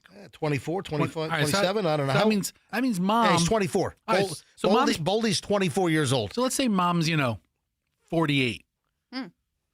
I don't know if I want my 48-year-old mom to get hit on all day long by a bunch of drunk bar guys. If I'm making $50 million, guess what mom's not doing anymore? She's not. Bartendering for tips. At the Catman Cafe. Yeah, wearing like hoochie shorts and stuff and be like, my son plays for the Minnesota Wild. Scraping for Washington's. Yeah. I mean, it's weird, isn't it? Yes. Yep. Keep the change, hussy. My mom's a bartender? Right. Mom's a bartender at the Catman Cafe in Mansfield, Massachusetts, while she's bartending. I'm not trying to get into his financial decisions, but one thing mom's not doing, and if I make $50 million, working. All right, moving along. So congratulations, USA. To the day. I think it was 46 years to the day that the U.S. won Olympic gold. 46 years after the Miracle on Ice, 1980. Amazing. Yeah. Yeah, right. the Miracle on Ice. So we beat the Soviets 46 years ago yesterday, and then they went on to play, was it Finland, to win the gold? A couple of days later, whenever that was. Absolutely amazing. And then Jack Hughes had 2 front teeth knocked out. During the game. During the game. Wow. Yeah, the price of gold, 2 front teeth. Hey. Not 5,000 an ounce, 2 front teeth. Doesn't that sound painful? Yeah. And then he's able to just keep playing like that? It's like a dull pain. He's feeling it today. Yeah, you're fine. Yeah, get a little Novocaine, get some implants in there. Put something on. You can fix your teeth. Yeah. What percentage of hockey players have busted out teeth? 100. Is there any? Is there a stat on that? If I were a hockey player and somebody had perfect teeth, I'm marking that guy. He's going to get a little extra business in the corners. All right, on to TSA. I think that somebody in the administration woke up. You know what? We don't need to be pissing off a whole bunch of TSA PreCheck folks. You want to know why? They're voters. They're going to TSA PreCheck folks. They're going to be midterm voters. We don't need to be pissing them off. Yeah, so they quickly corrected that course. So, listen, government on both sides. I don't care what side of the aisle you're on. Just things are a total mess. This is not a political show. You'll notice we do virtually zero politics on this program. Although I did see a funny meme yesterday. Yes. Yeah. Of President Trump playing hockey against the Canadian team. He was the guy on skates. Oh, really? And he scored the winning goal? I gave it a chuckle. All right. So somebody figured out quickly, let's not piss off millions of TSA PreCheck voters, with the midterms coming up. So we've got another government shutdown, and you know how it is. It's, let's cause pain, and then, blame it on the other side. Listen, it doesn't matter who's in power. If the Republicans are in power and something happens, they blame it on the Democrats. Democrats are in power, something happens, they blame it on the Republicans. It depends on who's in the White House. But this is Homeland Security. The Transportation Security Administration, part of Homeland Security, had initially suspended PreCheck service early on Sunday, yesterday morning. And for like 3 or 4 hours, the lines at airports were out of control. Really? Because of all the added pressure on the regular screeners? So whether they're trying to cause pain, to blame, who knows what the deal With is. these government shutdowns, do they only have like a skeleton crew for TSA? Well, TSA is not getting paid right now. Yeah. So, listen, the bulk of the people that work for TSA are going to work. Absolutely. They got paid last time. There weren't bonuses handed out for those that actually Went to work, even though they weren't getting paid for weeks. Was it 31 days or 35, whatever it was, 35 days? So, PreCheck was shut down yesterday, and then after like 3 or 4 hours, they opened it back up because somebody said, oops, you know what? This is not a good look. This is going to come back to bite us. So they opened PreCheck back up yesterday morning. Is a Sunday morning a busy travel day? Yeah, People going back to destinations? No, Sunday's busy, of course. I'm just saying. Every day's busy. You know what? When Julian goes back to school sometimes on a Sunday, the 7 a.m. flight, that line to get on the monorail is really long. So I would say yes. Yeah. I mean, So Homeland Security yesterday morning suspended TSA PreCheck as well as global entry coming back into the country. I have both. I've got TSA PreCheck. And Michelle, you got to get your global entry done. my what? Your global entry. You got to get that done. Okay. No, you were going to do that months ago. My global entry? Like when you're Global coming- entry. like what, was Or that my what- passport? Yeah, no, you have to get your passport done. Yes. You better do that quickly. What are you Okay. doing? Yeah, Meech. What are you doing? We're going somewhere good this summer. You want to be bound stateside? But you need global entry is that thing I went to the airport for to get interviewed that I get to just walk in and they facial recognize you and you don't have to stop. How are you going to go to that luxurious Mexican vacation he's been planning in Puerto Vallarta? Puerto Vallarta. How are you going to do that? Yeah. So global entry remains closed, but TSA PreCheck, they reopened after they realized, oopsies, maybe a bad look here, having people missing their flights left and right, and people that paid for TSA PreCheck, et cetera. So as this latest government shutdown drags on, PreCheck's now back open. All right, speaking of travel, you know who's pissed? Comedian Jim Brewer. Remember, he was on Saturday Night Live, and he's a stand-up guy now, and he pops into town occasionally at the various comedy clubs. I've never seen him do stand-up. But Jim Brewer, he is pissed. What happened to him? He paid for first-class seats, I guess, for him and his family. Mm-hmm.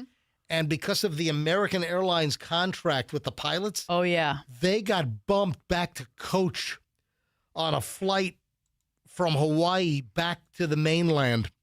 And he paid, good money for first-class seats, and they get bumped for a pilot or for a couple of pilots because the American Airlines contract, I just think this is bad customer service. You have a customer that paid, thousands for a first-class seat, and then they get bumped? I listen to Jim Brewer on this. We buy 2 round trip. Okay, so from Honolulu to Fort Myers, Florida is all first class. I said, it's a red-eye flight. For those of you who don't know what that is, the flight leaves at like 10, 11 at night. It's going to be brutal. Hopefully we'll get some sleep from Honolulu to Phoenix. Now, so this was, I don't know, a month and a half ago, at least when I bought the tickets. Yeah. Something like that. At least a month and a half ago. So still. All right, so he's setting up the whole thing. So he's flying literally a third of the way around the globe from Honolulu to Fort Myers. He lives in Naples now. Yeah, so I'm guessing that he was flying from Honolulu To Phoenix. did he say Phoenix? He said Phoenix. He said Phoenix. And then, then- Phoenix to to Fort Myers? Okay. Yeah. The So Phoenix to Fort Myers is a hot route. what is that? RSW? Sure. Then he continues. We show up at the now. 2 weeks ago or 3 weeks ago, we pre-ordered our meals. We're sitting in one D and F. So there's one A and B, and for some reason not C and D, it's D and F, all right? So we walk up to the counter. We're not even checking bags. Well, we show up there. Now there's also, I notice, a crew of American Airline workers that are showing up. So clearly they're going to be on the plane. And I see the two guys behind the counter just... What happened next, Jim? Clicking away. And, they're getting them their seats. And then what happened, Jim? So essentially, he goes on for like 30 minutes on this thing. Oh, wow. Andrew was like trying to pull out pieces. But I noticed this pilot and the guy behind the counter, they were doing this a lot. And he was like, yeah, they were scheming on bumping who's getting bumped out of first class, which paying passenger, or an upgrade, frequent traveler with America, who's getting bumped so the pilot can sit in first class. What are you talking about? This is an off-duty pilot, a deadheader. Hold on a second. He goes, we had to take you out of first class. What do you mean you had to take us out of first class? What are you talking about? He goes, well, we overbooked. And when you overbook, you can't overbook first class. He goes, no, we're, and he was so sheepish. He was so sheepish. Yep. Am I exaggerating? He would not make eye contact. All right, so this goes on. Then a couple of final clips. Long Island Jimmy got to this part, and I started barking so people can hear me. I went, so you're telling me you're taking a paid first-class customer and you're please tell me at least that you have the decency to put me in an exit row or bulkhead. He goes, no, they're taken. Of course they're taken. They're taken by American Airline employees. All right, so he's pissed. So here's the deal. So then the compensation for bumping him back to coach, Yeah. it was like $400 or something. So what they more than the price of the listen to upgrade. me, they arbitrarily decide, or they take the value of like the last minute ticket. Right. So they've inflated the cost of the coach seat that they bumped him to. They've inflated that cost. Right. And he's like screwed. He's out. Yes, he doesn't fairly get compensated. You ought to completely refund the first class ticket on American Airlines and then give him a freaking seat for what you've done. Yeah. But no, they chinched him and they cheaped him out on the reimbursement. It's unfreaking believable. This is why this is layers of foul. We got to get home. He knew to wait to the very last second. That's number one. Number two, he didn't even have options when we showed up. And then last little chunk here. My wife goes, well, can you get us on a flight? What about tomorrow's flight?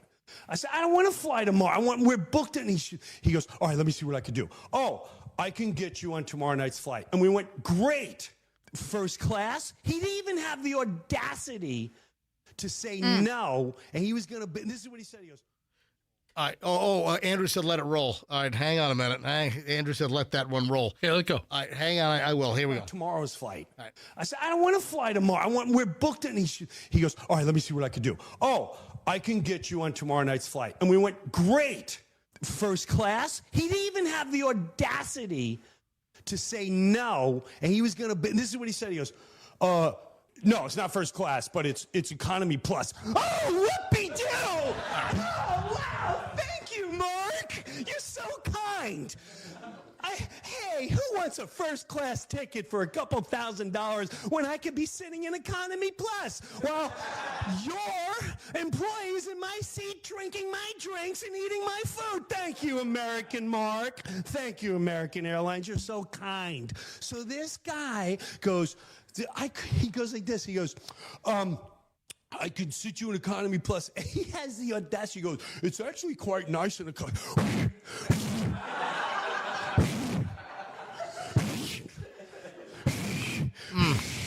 And then he goes like this.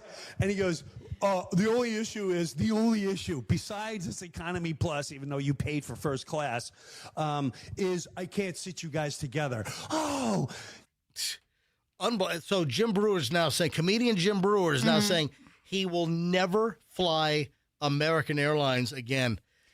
I think a lot of people are going to reconsider whether they will, if they want to travel like that and they can buy first class, they will think about, do I want to gamble and buy American Airlines first class? Yeah. Knowing that I could get bumped, or go ahead and buy Delta or United, a different one, a different airline. Or the comfort seats on Spirit. Right, or the comfort seats on Spirit. It's the union contract. It's right. the last contract with American and the pilots where they bump paying passengers to put deadheading pilots in first class seats. I have to apologize. I think that's a really, really crappy business decision. I have to apologize to MJ. What? Because sometimes I say he can't tell a story concisely. Oh, my gosh. Stop. Then I meet Jim Brewer. But that wasn't spectacular? And wasn't MJ, that a spectacular story? You are a Cliff Notes version of anything this guy has to say. I apologize to you. Hey, folks, if you have not seen the spectacular rollover crash, yes, spectacular is a word that can be used. Even though my wife and Fester disagree, as well as some listeners, which started it all. Look at you with your jazz hands. That's how you're saying it's spectacular. So hit up my Instagram, Saturday morning ride along with the Hillsborough County Sheriff's Office. We were first on the scene. Sergeant Jeff Catlin, I was riding along with him. We were first on the scene for a double rollover crash on I-75, which those are the two lanes that feed onto I-4 eastbound. And crazy. Happened upon the scene, car on its side, one completely bashed in, the front, the roof, the windshield. That car, the actual Nissan Altima, go figure, did a total 360, completely rolled over and landed right side up. The white SUV on its side, only minor injuries, nothing major, miraculously. And the video is on my Instagram. You can see the aftermath, and then a guy on the scene, a motorist who was right behind the crash, caught it all on Dashcam and emailed me the video. So you get to see the actual crash happen and the vehicle's rollover from this guy's Dashcam, from Martine. Thank you, Martine. I appreciate it. And the video is on my Instagram, Certified MJ Radio. You got to see this video. Yes. And people are torqued off because I said the spectacular wreck and, oh, how dare you use the word spectacular. Anyway, so read the comments also. And if you don't follow me on Instagram, give me a follow, Certified MJ Radio, and take a look at this spectacular crash. Yes, Fester? By the way, they're real and they're spectacular. That's how you use spectacular. Right. That's Terry Hatcher, by the way. And she is spectacular. Good looking, yeah.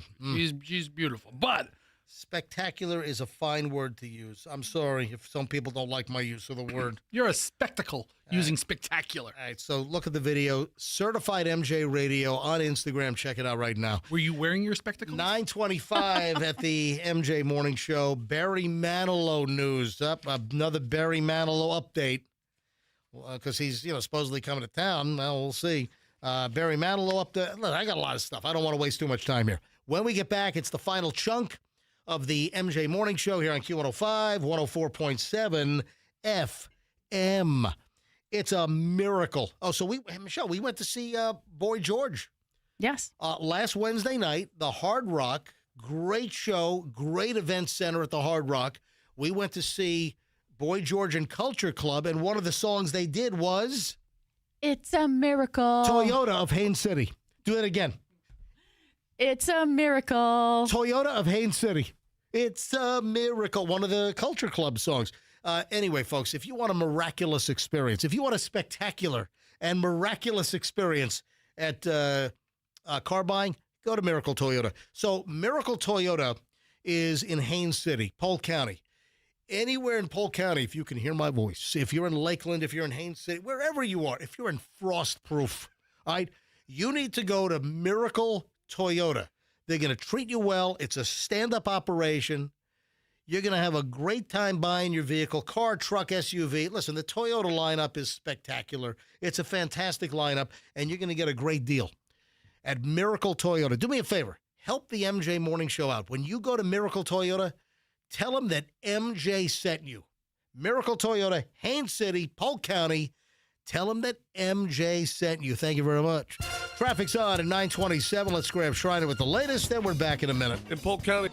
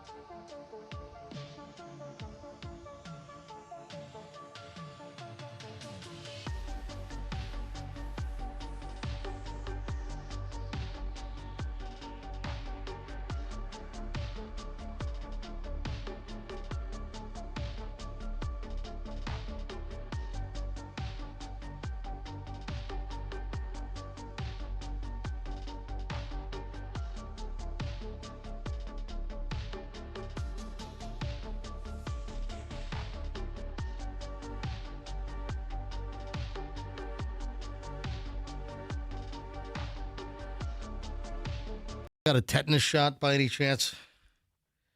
If I had to guess, I would say right before we went to Africa. Oh, geez, I think that's too. I got attacked by the dogs yesterday. Okay. Yeah.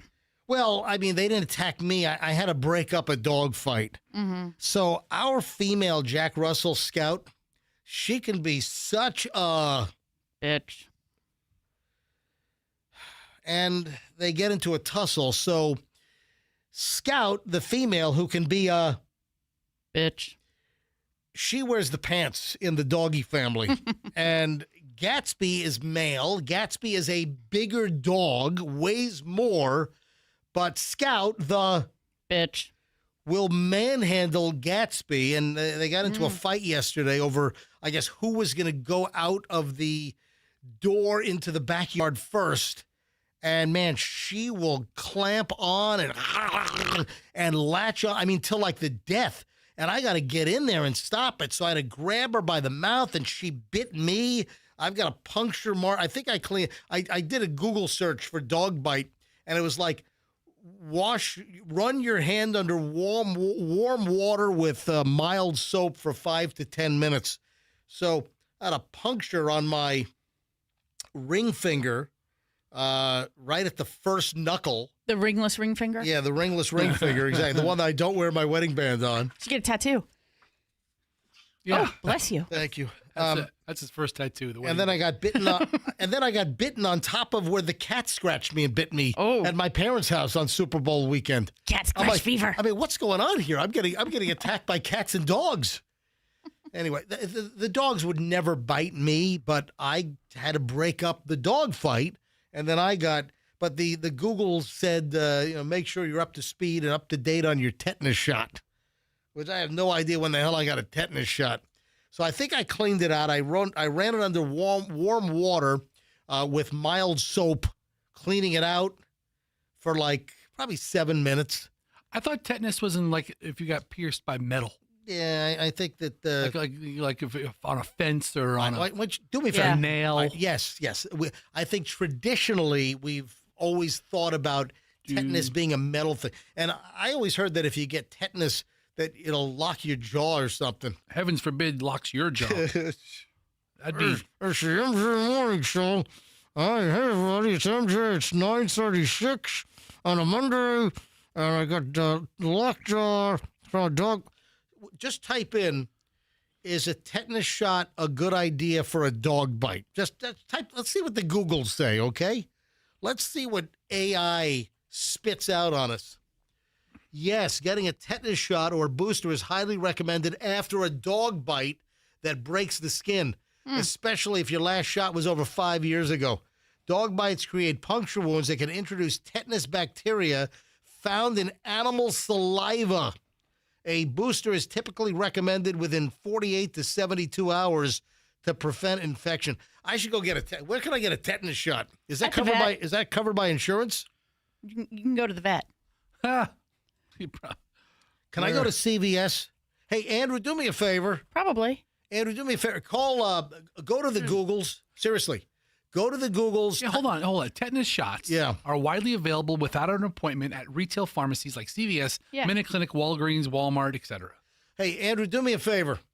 Can you please go to Google, type in Publix Pharmacy West Shore? Why don't you go to that Walmart that you actually feel like you need a tetanus shot to walk into? Listen, the pharmacists that I use at the Publix Pharmacy West Shore, they're the best.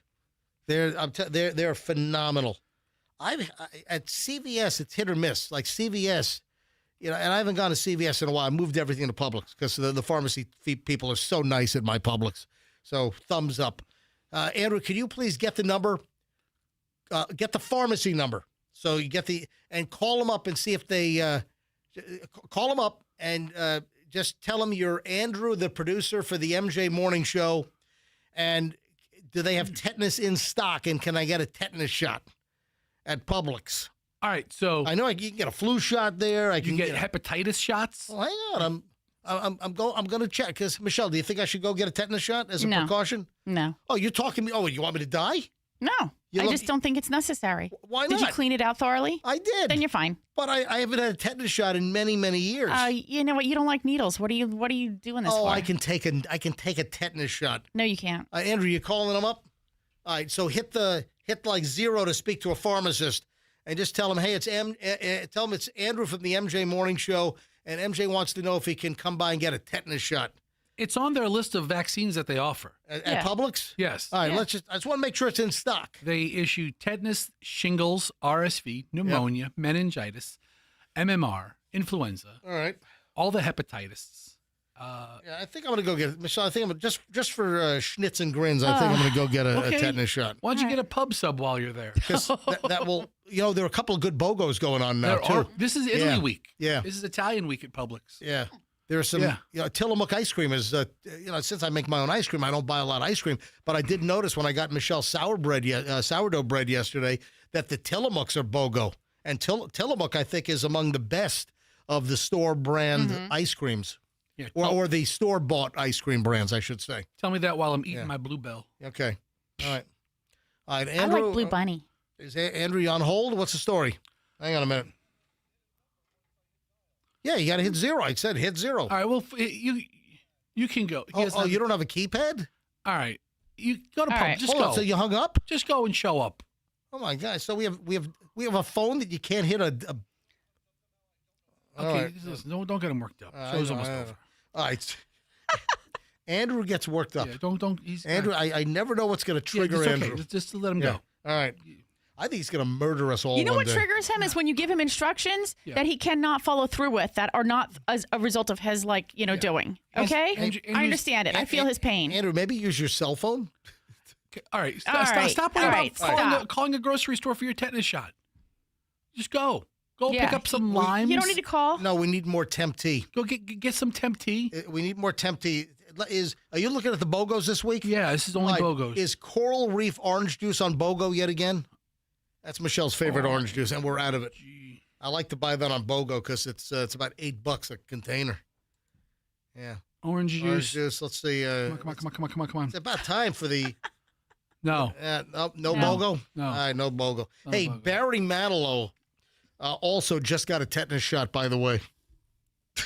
Keep going. Stepped on a rusty nail. No. Did he really? No. Barry Manilow, though, has postponed his Tampa show for a second time now. Yeah, so he was originally... What? Where'd I get what? Andrew's... Are you doubting MJ? Okay. Oh, are you on the air or are you in our ear? Andrew, hold on a minute. Pull Andrew's microphone on the air so we could have a real fight. I saw he postponed his show again. Till March 17th. Now it's... It was he supposed postponed the Westgate shows in Vegas. No. His upcoming arena shows were scheduled to kick off in Tampa on February 27th, but have now been pushed back to March 17th. Right. So Barry Manilow was supposed to be here on January 1st, right? March 17th, he's at Estero. Hold on. Okay, hold on. Everybody take a breath. No. All right? It's pushed off, though, right? We don't need to be, Barry Manilow, I don't think is going to be... His upcoming arena shows His upcoming arena show, scheduled to kick off in Tampa on February 27th, has been pushed. But have now been pushed back to March 17th, which is St. Patrick's Day. All right, but let's just make sure that So this is according to WFLA's reporting here. Yeah. I'm looking at his. I trust like 65%. All right, do you have the schedule, Michelle? I'm looking at his X account. All right, so or his Instagram, maybe. But Barry Manilow in Tampa was supposed to be January, right? Yes. January was then pushed to February 27th. Right. And now they're pushing it back to March, apparently. The old schedule. Yeah. The old schedule was when he was here on the 27th, which is this week. He was going to be in Estero, Florida, on the 17th. But now I think Tampa's going to be the 17th, and everything gets pushed back. Right. Exactly. So the Estero show is probably going to be like April 1st-ish. Yes. All right, so Barry Manilow hit his social media on Friday to announce that he's postponing dates again for a second time as he recovers from his lung cancer diagnosis. What is he, like 82? What is Barry Manilow, 82, 83, 81, somewhere in that zone? And, God bless the guy for, getting out there, and even with a lung cancer diagnosis. 82 years old. 82, yeah. I was looking at all of the jingles that he wrote. Do you know what he says his biggest hit of all time is? Tell me.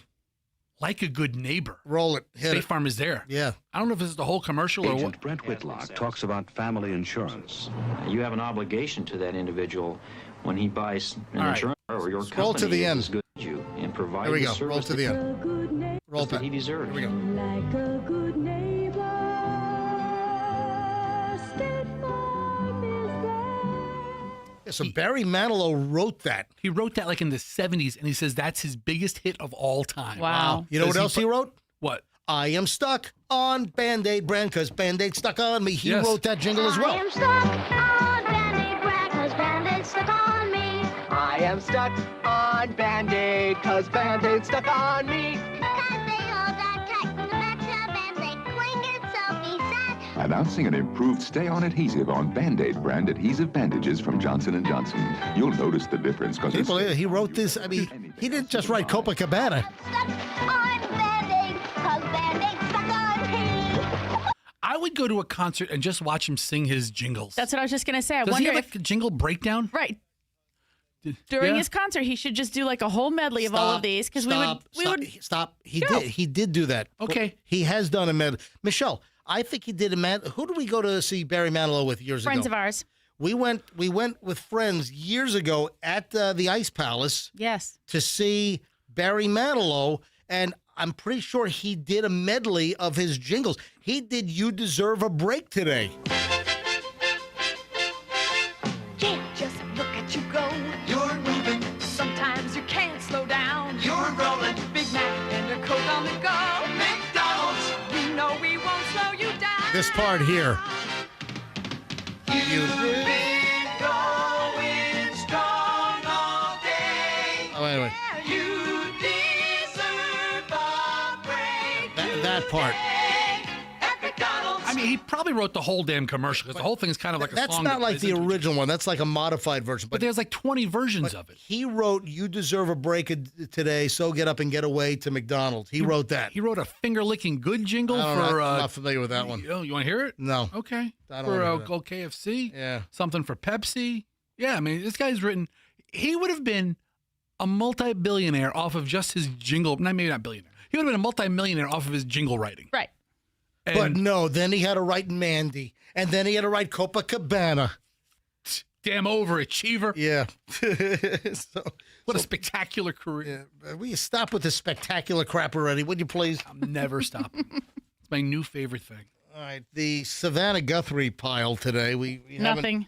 Dude, there's literally nothing new to report. Why are you even bringing it up? Well, because this is just unbelievable. What a spectacular case. All right, Festus, shut up. It's just taking such a spectacularly long time to solve this case. Is it though? Hey, wifey, you shut up too. All right. So, can you believe where we are on this? I mean, we're over 3 weeks. I mean, what the hell is Savannah Guthrie and her family going through? I can't even imagine. I think the sheriff is doing a spectacular job. All right, Michelle, would you stop? Will you stop it? Okay, Just use so it the way you did. a lot of the theories were leaning more toward The cartel. So, well, no, this is a terrible development with the cartels blowing crap up in Mexico now. And I mean, let me just go through my little hit list. Happening? Hang on. Let me just go through my list. We don't have a lot of time left.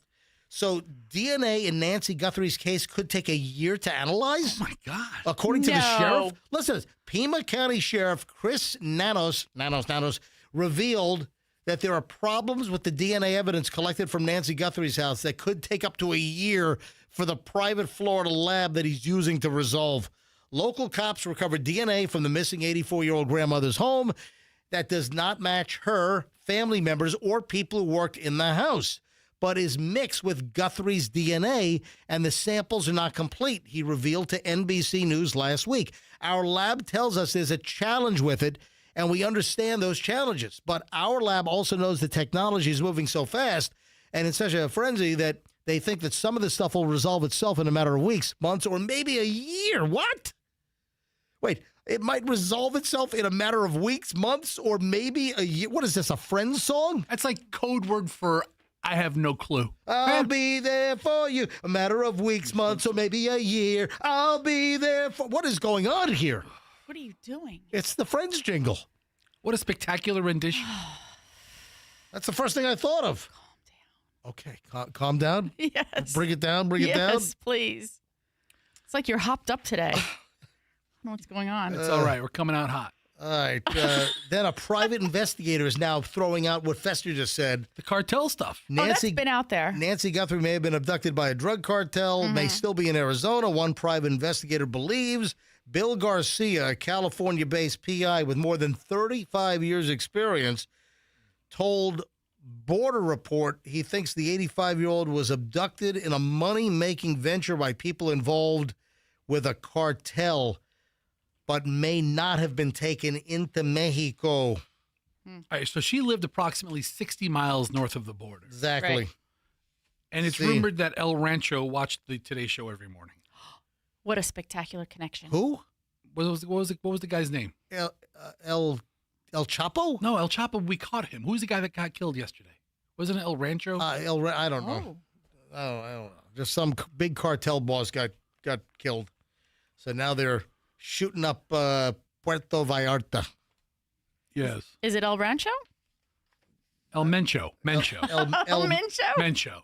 He was a real El Mencho. He's a real mensch. Yeah, he's a real El Mencho. Real. What a weird name. Oh, that guy's a real mencho. All right, so that's the latest we have on the Nancy Guthrie situation. I mean, I just can't. Could someone please find her alive, please? That'd be spectacular. And there's still yakage that Savannah Guthrie may never, ever go back to the Today Show. That's it.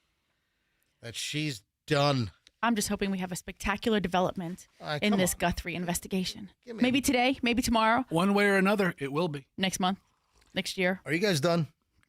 Yeah, we're done. We haven't taken one call today. Hey, Fester, what kind of show is it today? You want to take some calls? I know, but I'm just saying. All right, let's take some calls. Final minutes of the show. Let's take calls. What do you want to ask us? A little MJ AMA? 800-990-1047. I got 3 minutes left. 2 minutes left. Hurry up. What do you want to ask us? I mean, Fester says we haven't taken any calls today. Am I wrong? We call. called Gray Bull Rescuing. Yeah. All right, let's go. 800-990-1047. Is there anything you want to know? Is there any follow-up you want to know? Let's go. You want to just say hello? Yeah, say hello. Let's go.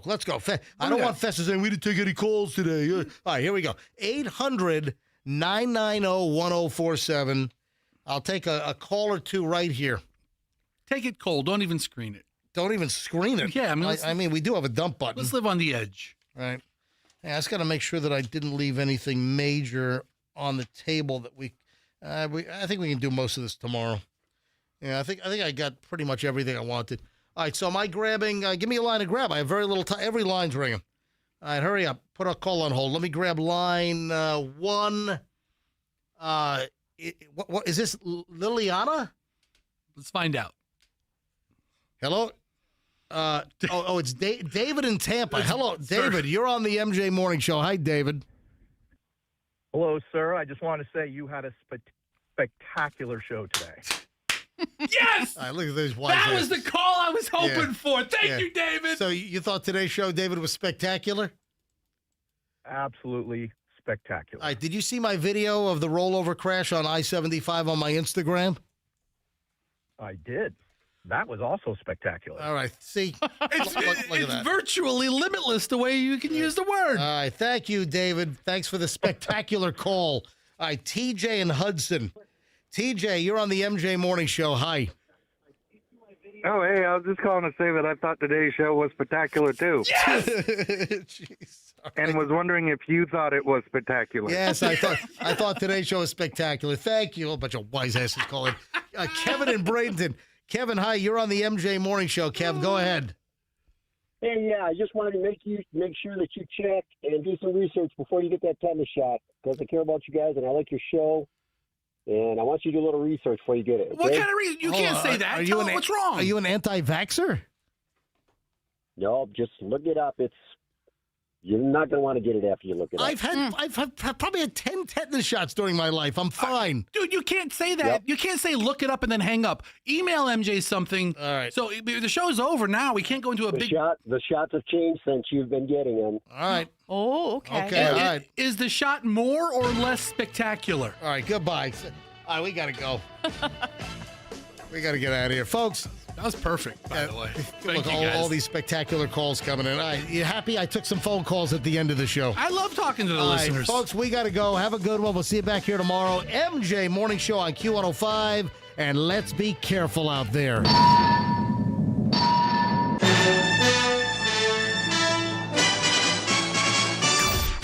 MJ Morning Show is protected under...